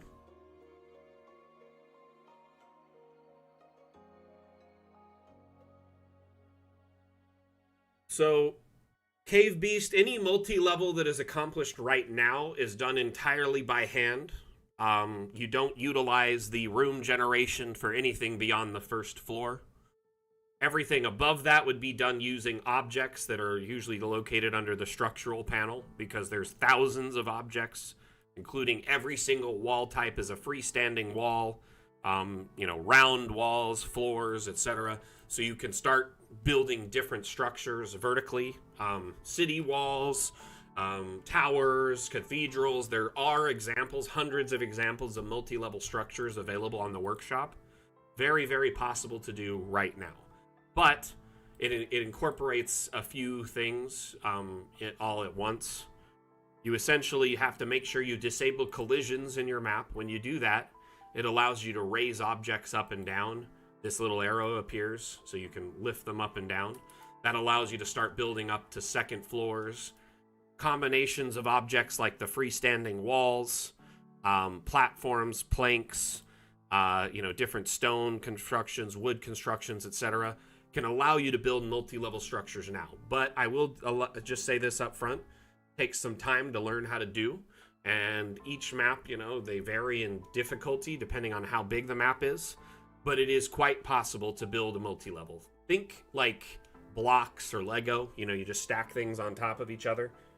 Essentially, the main principle is just knowing that you can raise objects up and down by disabling collisions, and then knowing that many objects can snap into place and do things independently of each other, so it allows you to kind of line them up with each other with very little little work. So keeping that in mind,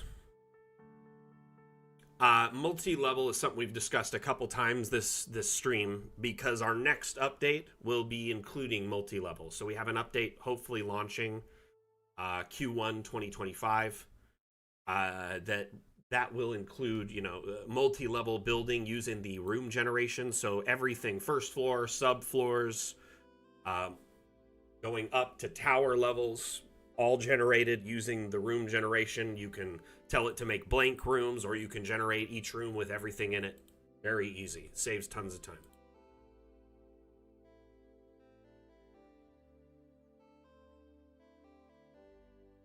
Honestly, okay, so the upvoting, I would like to point out, the upvoting is not a democracy, okay? It's a suggestion board.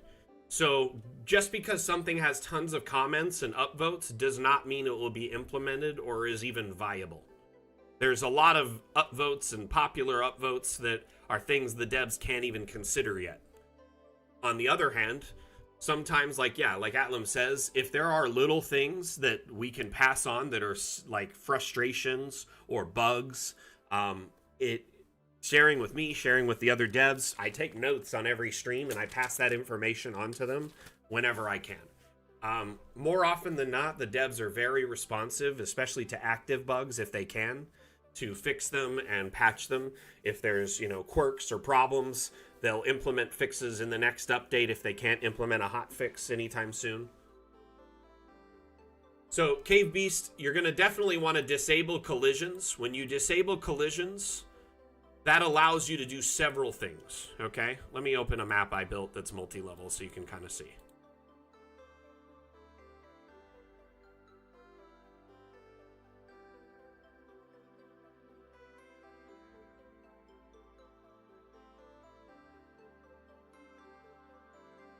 I mean, is there a problem with just going into Foundry and changing it to a secret door in the door menu of Foundry?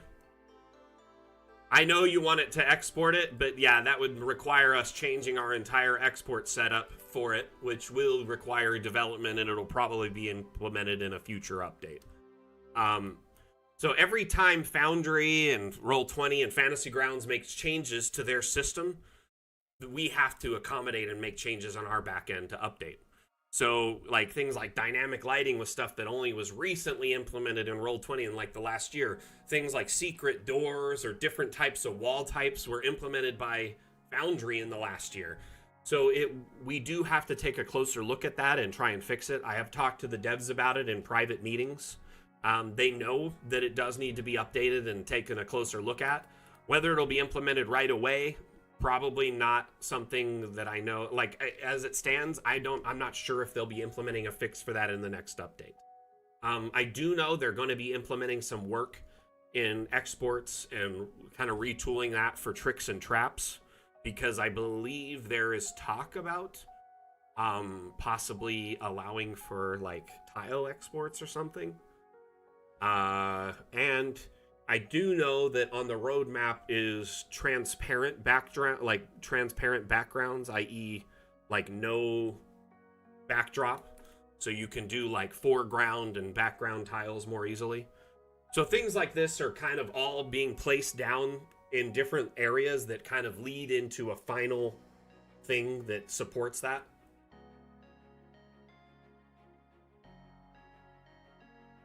Honestly, as it stands right now, given that secret doors are so nominal in use, it's probably easier to just go in and flip it, under the door menu from a regular door to a secret door. Just erase the line and put in a new one. For right now, at least, doing it by hand. I commend you. Did you put together like a script or something? Was it you that did that, or somebody was putting together something recently for that? I feel like someone made it. So in this building here, it's 4 stories, okay? And to build it, I disabled collisions, which allows me to put objects much closer to each other or in each other. As you can see, this roof is overlapping. And then normally it's like kind of all wrapped in it. Move this to the sides. Collisions off. Next, with collisions off, that allows you to raise objects up and down and scale them below or above far beyond their normal limits. I downloaded a few objects from the workshop to make this build work. I went into the browse collections and I found tower building assets. I downloaded this. This includes like stair, banisters, flooring. I actually collaborated with this creator when they were watching me build this tower and were making these assets to work in the build as I was building it, and we tested them to make sure they're functional and work. So it's kind of a neat kind of collaboration in that regard. So Swedish Cook, thank you again for that. But each of these levels were designed independently as kind of like a modular prefab that I can pull apart. Think of it like Legos or like a dollhouse or like blocks. They stack on each other and they can be pulled apart independently. And how I did this was everything on this floor is put on top of that floor piece. The walls are on top of the floor. Everything on the floor is there, and anything that's attached to the walls is technically on the floor too. That means it can be moved as a singular piece. That means it can be raised up and down as a singular piece. That means it can be scaled as a singular piece. Saves you a lot of time, and it means you can grab this whole thing and just delete it, and then do an export of the floor below. Delete this floor, export that floor, and then you have each level as a new scene that you can navigate in your virtual tabletop or print. Does that make sense? So how I did this, kind of a little bit of forethought and order of operations. So I would lay a floor piece down, one of the wood ones or a stone piece, right? Those are located under objects, structural. You go to round constructions, there's some stone ones. This one is like the base of this entire structure. And then I laid some walls on it. I'll just hold shift while I do this so it immediately copies. I'm rotating it with the mouse wheel, so now I have a room. And I built this before we had round rooms as the room generation, but I made all of this out of objects so I can move it as independent pieces. Now, here you can put a bunch of objects inside and then raise it up. Let's say we're just making a new floor above this one, right? So I'm kind of eyeballing it here for now. But one thing I did to save myself a lot of headache, Dungeon Alchemist has snapping built into it. A lot of objects will default and snap on our grid. Um, oh, my grid's transparent. Hey, Bella, how you doing? I was very happy to see you all over on Blue Sky because we're giving it a big push right now. Good to see some familiar faces. So, objects, some of them default by snapping, but if you disable collisions, their snapping is disabled. But if you hold control, that snapping is then re-enabled. So what I made sure is all of these circles were on the same exact snapping point, which means at the end of the day, it's very easy to align all the various levels with very little headache. Does that make sense?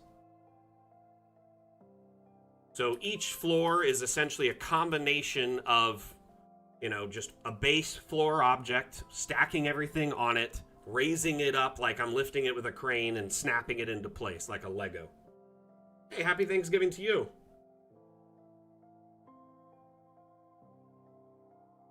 So disabling collisions and the workshop assets can really help here because you can get roofing, different flooring, stuff like that. And then this entire structure is navigable in first person, or you can delete, you know, the roof and separate flooring and start exporting each floor one at a time as a separate piece, which is ideal for scenes in a virtual tabletop such as Fantasy Grounds, right, Belle?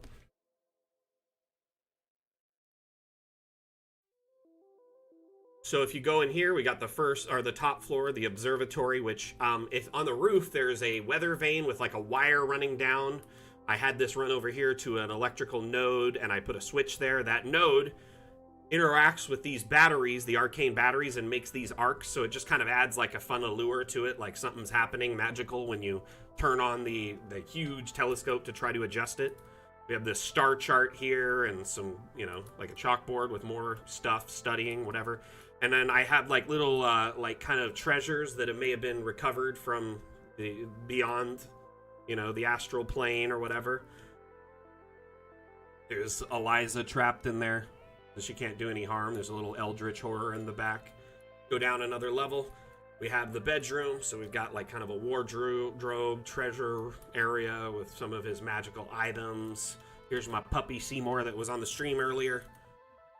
Nice little bed.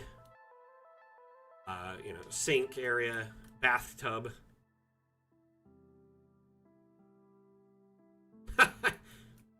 Right, Mondu? Great. I just made a Rorschach. Here we have a study. These chalkboards, these are actually, you can insert images onto them, that you can plug a custom image into it, and my wife put these formulas together. Apparently one of them is like a formula for chocolate chip cookies, and I think the other one's like s'mores or something. She's funny like that. Here's a little library and kind of like an apothecarium area station.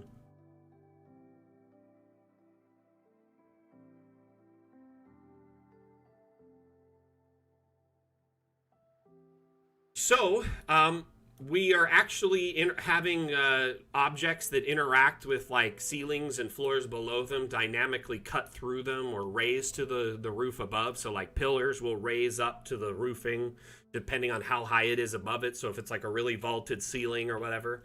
Alternatively, if you have a staircase, in the next update, the staircases will actually dynamically cut a hole in the floor above them and automatically seam to it. Staircases are getting an overhaul in general. We right now, when you open DA, there's like two different types of staircases. You have up staircases and down staircases. Technically, down staircases and up staircases are kind of the same thing, but the down staircases snap and fix onto the ground. They lock into it, and they're kind of a source of headache and frustration for our community members because they're not resizable. You can't scale them. Whereas the upstairs can be scaled, and they kind of work in both directions, so I use them most of the time. In fact, most of our community uses those almost exclusively. So the upstairs will be the primary stair, but like imagine if there's a stair, it'll put a hole like this in the roof. You can also cut holes into the roof to have like balconies, mezzanines, etc.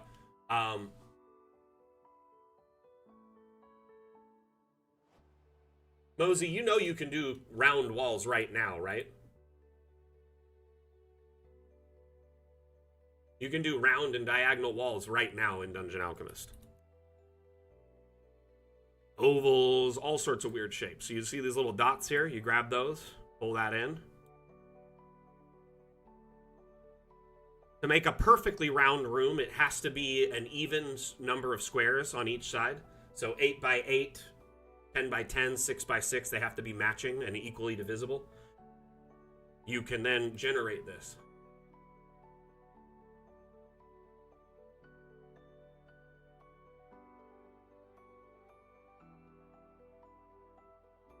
Well, it depends on the room to start with, but yeah, most likely. Here, let's start with a square room. And then what I'll do is I'll put a rounded room in this corner. Definitely can. You can do rooms within rooms.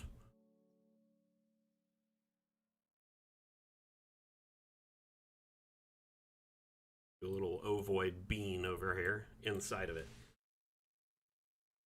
You can even rotate this. If it'll fit, it will say will, otherwise it'll say no. Oh yeah, I mean, yes. Well, there's several types of ways to do round walls. You can use the room generation, or you can use the round walls through the structural, like round constructions. Both are, you know, good in their own regard. Keep in mind, like, you kind of have limitations with the room generation right now. It's only the one floor. So everything above it will have to be objects. Does that make sense? But yeah, you can do like all sorts of weird shapes, like bites, diagonal cuts. You can rotate the room, you can move it, you can have it off grid and all weird.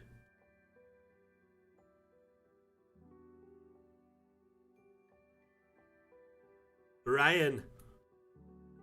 Mummy. Mummy. Momo.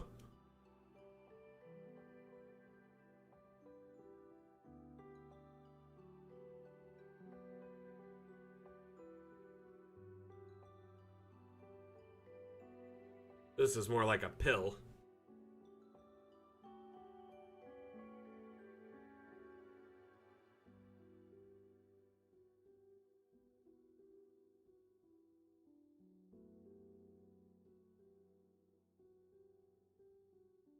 Trying to make like Hey Arnold's head.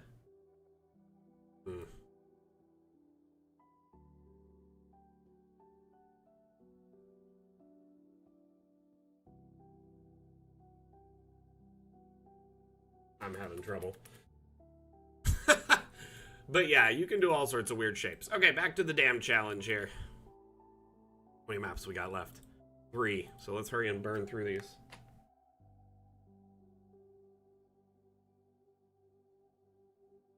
So for the last few months, you haven't made any maps because you made them all in a flurry before. Man, I would have been building maps in like preparation for the next session. So it's like I've been way in advance.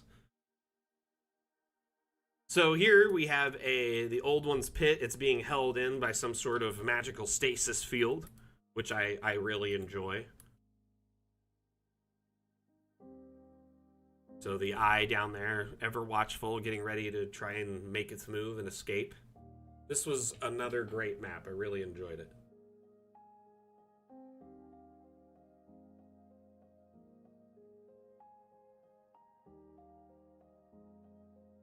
Another great example of using verticality to your advantage. Let's turn off the grid so it's not so weird looking at it.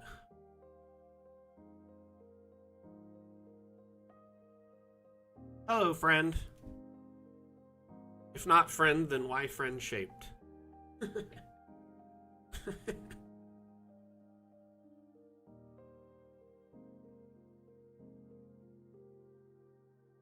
Something like this could be a spot where, you know, maybe a cult's trying to free the old one and you're trying to stop them. It could be an area that is protected by like an ancient order. Any number of things, you know. It does look like someone's doing a ritual over here to try and release it though, so. Uh-oh.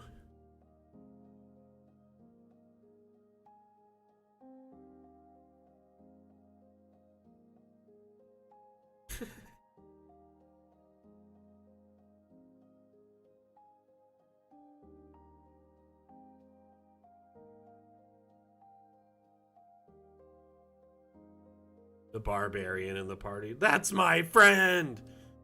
Just goes ahead and smashes everything.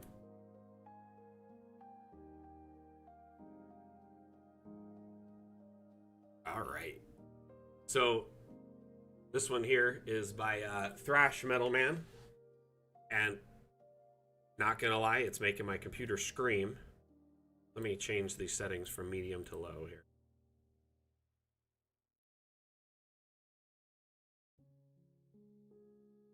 I think it's just all the different lighting and effects in tandem is causing it to struggle a little bit, which is crazy because normally my computer is just an absolute beast. I find that kind of interesting, to say the least. Oh, hey, let me put up the theme for the damn challenge really quickly.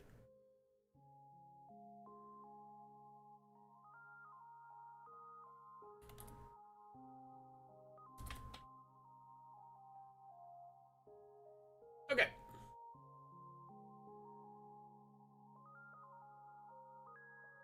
So the next theme is window shopping. You can use that however you want. Make a map of any shape or size, using window shopping as inspiration, and then submit your map to the Damn Challenge channel in our Discord using the rules pinned at the top of said channel. No later than end of day, Friday the 13th of December. End of day in your time zone, i.e. 11:59 p.m. in your time zone. So, if you're interested in a chance to enter the next Damn Challenge, you have roughly 2 weeks to come up with a map and submit it. There's a $10 Hero Forge gift card on the line, and you know, endless community fame. As winners are featured in our newsletter, and also shared on our social networking, and given good 20-30 minutes of FaceTime in the beginning of the stream. So, if you're interested in participating, again, map of any shape or size, using the next theme, which is window shopping, as inspiration.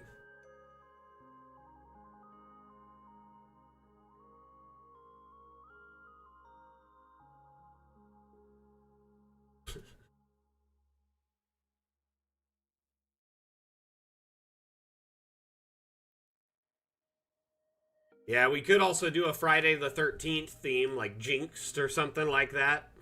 So it's like, kind of has an aesthetic or a mood to it, you know what I mean?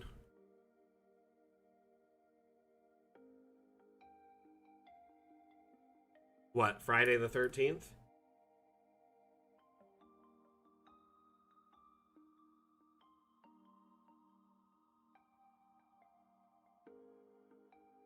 Alrighty, let's, so, Thrash Metal Man, what was your, like, inspiration for this one here?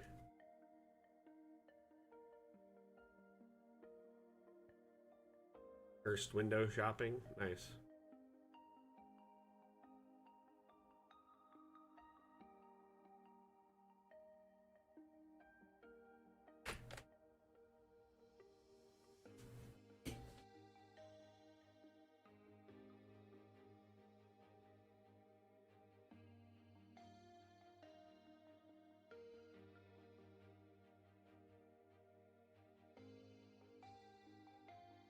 I gotta say, y'all, if you're looking for like a new social network, want to try something different, you definitely should give Blue Sky a chance. It's an interesting take. It feels a lot like a refreshed version of like Twitter from a few years ago. It's a very vibrant, active community at the moment. A lot of people are very hyped about it and kind of just getting a feel for the platform, and it's growing. I don't know. We're doing rather well there right now. We're almost to 1,500 followers in just, you know, we basically went from like 500-600 followers a couple weeks ago to now like almost 1,500, just due to the amount of uptick in like interest in the platform, and we've also just been putting a little extra effort into the platform. But I think it's a great place for new creators to grow, map makers, artists, TTRPG, you know, enthusiasts, DMs, etc. Mainly because the space is really positive around those things, and there's a really good, vibrant community sharing and uplifting each other. I think an interesting thing for small creators to consider, and I wouldn't abuse this per se, but the platform currently doesn't have follower following limits, which are in place on pretty much every platform on the market right now. And what that means in like the most simplest terms is most other platforms, say Twitter, you can only follow so many people per day or in a ratio to how many followers you have. So typically you want to make sure you have more followers than you are following. That way, not only it looks like, you know, a lot of people are interested in what you're doing, but at the same time, you can follow people whenever you want without restriction because you have a higher, you know, ratio. But like Blue Sky doesn't have this. So you could hop on and follow, you know, 5,000 people your first day, all with similar interests, and you may, you know, you're casting a wide net in that way, and follow for follow is a really, really empty way to get growth that's true and like organic and interactive. But it is a good way to get your foot in the door. To just get a few hundred followers so you just have a platform to build off of. So if you're kind of a new content creator, or if you know, maybe you're a map maker who does, you know, commission work or a Patreon or something like that, or you're a DM, you know, maybe trying to do paid sessions, or maybe, you know, you just want to socialize with other people with similar interests, Blue Sky is a great place to check out at the moment.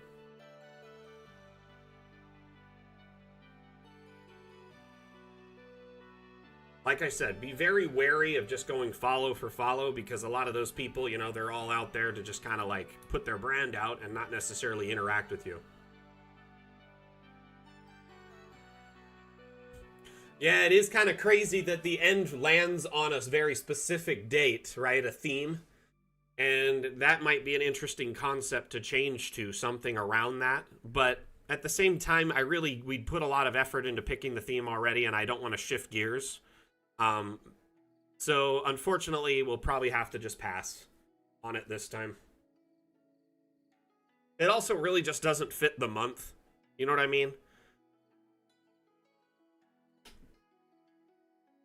This one is another one of my favorite entries. Rev entered this one, and I can see how they're trying to get our attention here.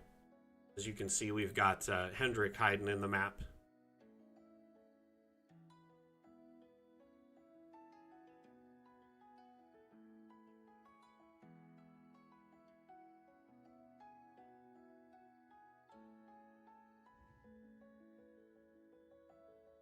So this is a token that's in Dungeon Alchemist already under the token menu.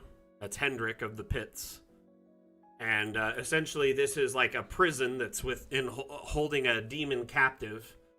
And the story is an adventurer fell through the ceiling quite accidentally into this prison that's holding the demon. And the demon's offering a contract to, like, you know, some sort of pact with them as a chance for the demon to escape and the person to get otherworldly power.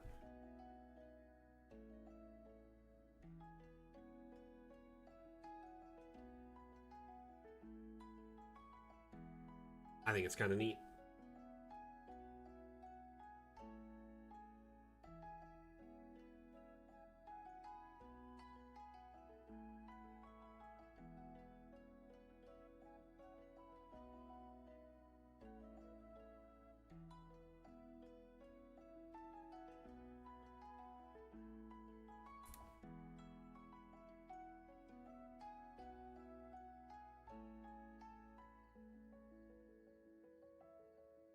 Very cool. Looks really good.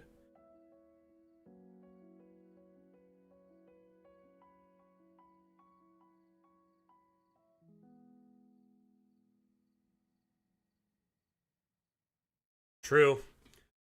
That'll be after multi-level drops, and we'll be pushing towards our next update, so be interesting.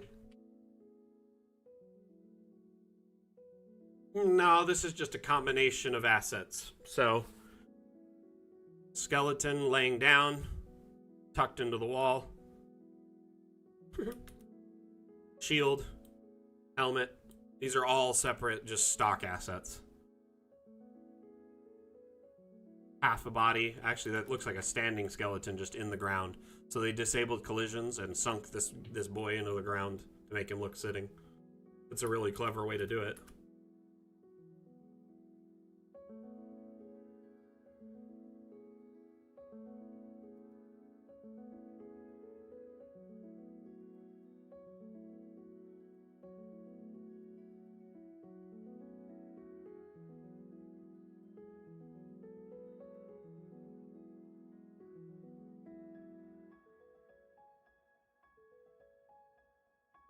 An interesting build, to say the least.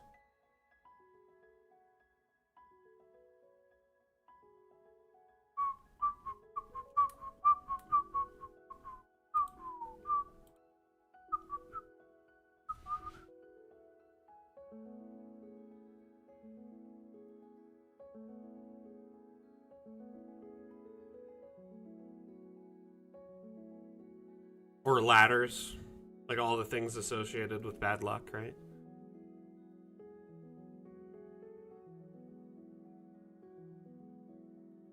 Oh no! I did in fact release it. What have I done?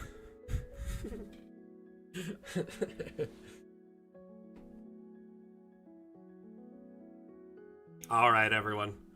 Had an amazing stream with y'all today. Thank you for hanging out during the Damn Challenge as we showcased all these amazing entries from the 9x6 challenge. I can't believe we were able to cover all 16 entries. There's a lot of entries. Thank you for everyone that participated. I really appreciate you so much. Our community is just enriched as a whole because of you. And if y'all are interested in participating in the next Damn Challenge for a chance to get a little bit of you know, Dungeon Alchemist glory and a $10 Hero Forge gift card and your map featured in our newsletter, consider window shopping for our next theme. Think about that over the weekend. I will announce the theme publicly on Monday afternoon, usually Monday morning to Monday afternoon sometime. That way people can start sharing their entries from there on out until the end of our... Did we miss one, Random Ladybird? Let's look. We looked at this one, looked at this one, looked at this one, looked at this one, looked at this one, this one, this one, this one, this one, this one. This one, this one, this one, this one, this one. No, we looked at them all. Right? Wait, did we look at Lilandra's? I can't remember if we did. Lilandra, help me out here. No, we did not. We did not look at Lilandra, so I missed it. My bad. Okay, I am so sorry, Lilandra. My sincerest apologies. I would never try to slide anyone intentionally. I think what I did is when I was looking at the maps, because I featured this one first, and my eyes just glanced over it and went to the next one, so my apologies. Honestly, underutilized room type. The gingerbread house.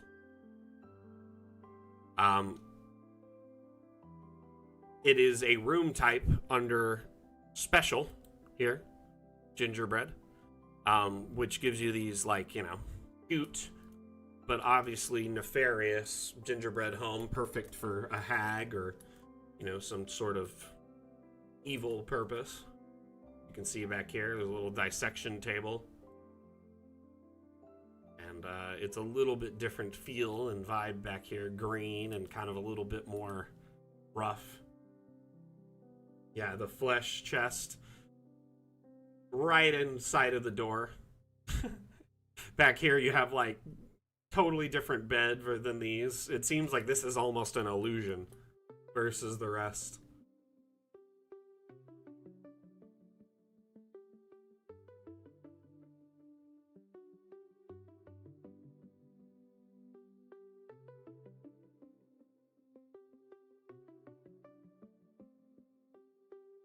I like the little toys and the gingerbread house there, the little mini gingerbread house in the gingerbread house.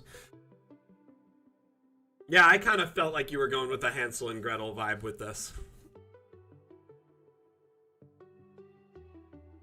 I didn't want to say that was the case, but yeah, definitely. Oh, you even got the cage over here. In plain sight, nonetheless.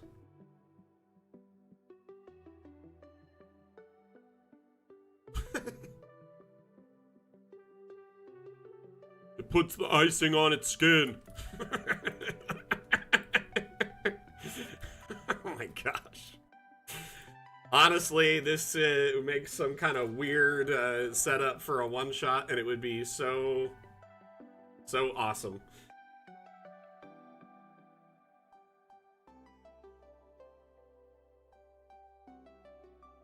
So, like, this would be perfect for a one-shot where you gotta rescue Hansel and Gretel, and they're being, like, enamored and charmed by a hag. And, yeah, as you can see, she's clearly up to no good back here.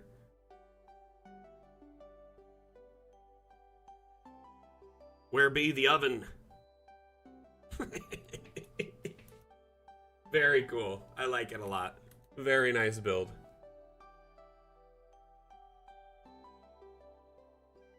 How long did this take you to make, Lilandra? And again, my sincerest apologies. I did not mean to skip you at all. Not intentional. About 6 hours. It's beautiful. I'm assuming you had to source a lot of these little, like, nifty things, like the cocoa and stuff. Were a lot of these on the workshop, or did you upload some of them yourself? It was definitely an accident. I would never skip anyone's map intentionally.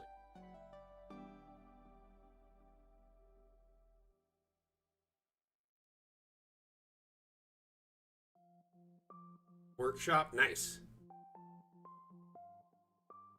Got all these stuffies over here.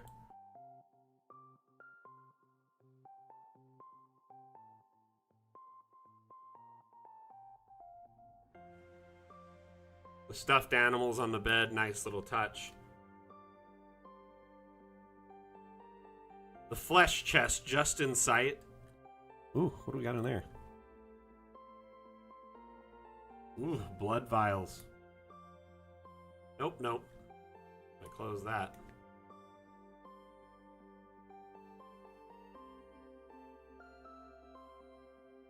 Oh yeah, it is in need of some updates for sure. Definitely need to update, like, the numbers on it, for sure. The link is accurate, though. I just want to say thank you to everyone that hung out today on the stream.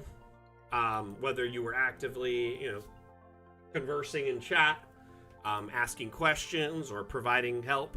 I want to thank our mods for being here today, Atlam and Asmodeus, for assisting and making sure questions are getting answered and that I'm not missing any chat and that moderation's being served in chat if needed. Thank you so much. To the lurkers and the longtime supporters here today, I appreciate you very much. Whether you are actively chatting or just chilling out, helping us, drive viewership through numbers, each and every one of you are very much appreciative and a very important part of the success of these community initiatives. So thank you for being here today. Remember, these streams are a multi-stream. We're live on many different platforms right now. So we're accommodating to users on Steam and Twitch and Twitter and Facebook, TikTok, etc. So thank you very much to each and every platform for participating in the Damn Challenge stream today. Remember, the Damn Challenge is a recurring stream every 2 weeks. It is an ongoing map-making contest. The next theme is window shopping. You have between now and Friday the 13th to submit an entry if you want to participate. So make a map of any shape or size using window shopping as inspiration. Submit that map to the Damn Challenge channel in our Discord, where we have rules pinned at the top of the channel that you can follow. Please wait till after Monday to submit your entry until I've announced the winner and the next theme inside the channel. We usually take the weekend off so everyone can kind of think about it and put some time into it, and then I announce it through a little announcement in the channel, and then people can start submitting their entries. Our next stream is Mapmaker Monday. This Monday at 9 a.m. Pacific, 12 p.m. Eastern, and 5 p.m. UTC. Mapmaker Monday is a little bit different vibe of a stream. Instead of showcasing maps from the community, we actually build a map live for you all to watch and share, insight and feedback, and to learn from. We've been building an ancient cemetery It's a massive cemetery, 82 by 82 at the moment, and it is getting very, very detailed and coming along quite well. Here, let's get this downloaded so we can take a look at it before the stream wraps up. While that is downloading, we'll continue talking about that, but the cemetery has, several different types of plots, and we'll be adding more to it. We plan to add a caretaker's like cottage and kind of plot of land, some more roads, but ultimately I'd say the map is about 60-70% done. We built a huge chapel with a 3-story bell tower and a massive garden complex with like a pathway around it. Several different areas of plots that are kind of like generic or more fancy, some roads that span most of the map, and the entire map was built off grid as kind of a challenge to myself. I did it perpendicular to the grid, which it made it somewhat challenging to do. This will load up in a moment and you can see that. Now, this is at every Monday we work on this until it's finished, in which case we pick a new theme as a community and I start making another map. So here you can see the kind of cathedral area, chapel, with the garden around it, pathways. We started work on this last week. I started making this area. I was going to fence it off, and then we're going to put some graves of... Wait a second, I thought I did do graves in here last week. Oh no. No, where's my save? I thought I saved. Well, autosave to the rescue. Please tell me. Honestly, the devs recommend trying to keep it 25 megabytes or less, but the workshop really doesn't restrict you as far as I'm aware. I mean, there might be restrictions that Steam has in place, but that would be the limitation. Like, there's assets that are like 250 megabytes on the workshop, 500 megabytes, but I really don't recommend using them because they're so massive. They put a big drain on your computer while you're running them in DA. So I would say try 25 megabytes or less. Yeah, where'd all my work from last week go? That's weird. Oh no, the autosave overwrote it. No! It was from today. I thought I did save. Oh well. That's the weird thing. I was saving through the whole time. Bummer. Trying to think. Yeah, because I already ruined the autosave here. Oh well. It wasn't too much work. We can get it done really quick. I put a few grave sites here, and that was it. Because a lot of the last stream was mostly support. But anyway, thank you everyone for being here. To hang out and, vibing and being a part of the stream. We'll be back Monday with Mapmaker Monday. If you all want to participate, I hope to see you here. And it's a great way to learn how to build in Dungeon Alchemist from an expert. I have, about 2,800 hours of map making under my belt now, so it translates to a lot of good tips and tricks throughout the stream for you. Thank you, everyone, for being here. We'll see you. Again, my name is Mac, the community manager for Dungeon Alchemist. Dungeon Alchemist is a map-making utility available on Steam. Just so happens to be on sale at 20% off at the moment. And we have a free demo, so you can try before you buy. The demo is available on our Steam page. Very modest demo, less than 7 gigabytes total. You can download it in a few minutes. Try a sort of a slice of Dungeon Alchemist before you buy.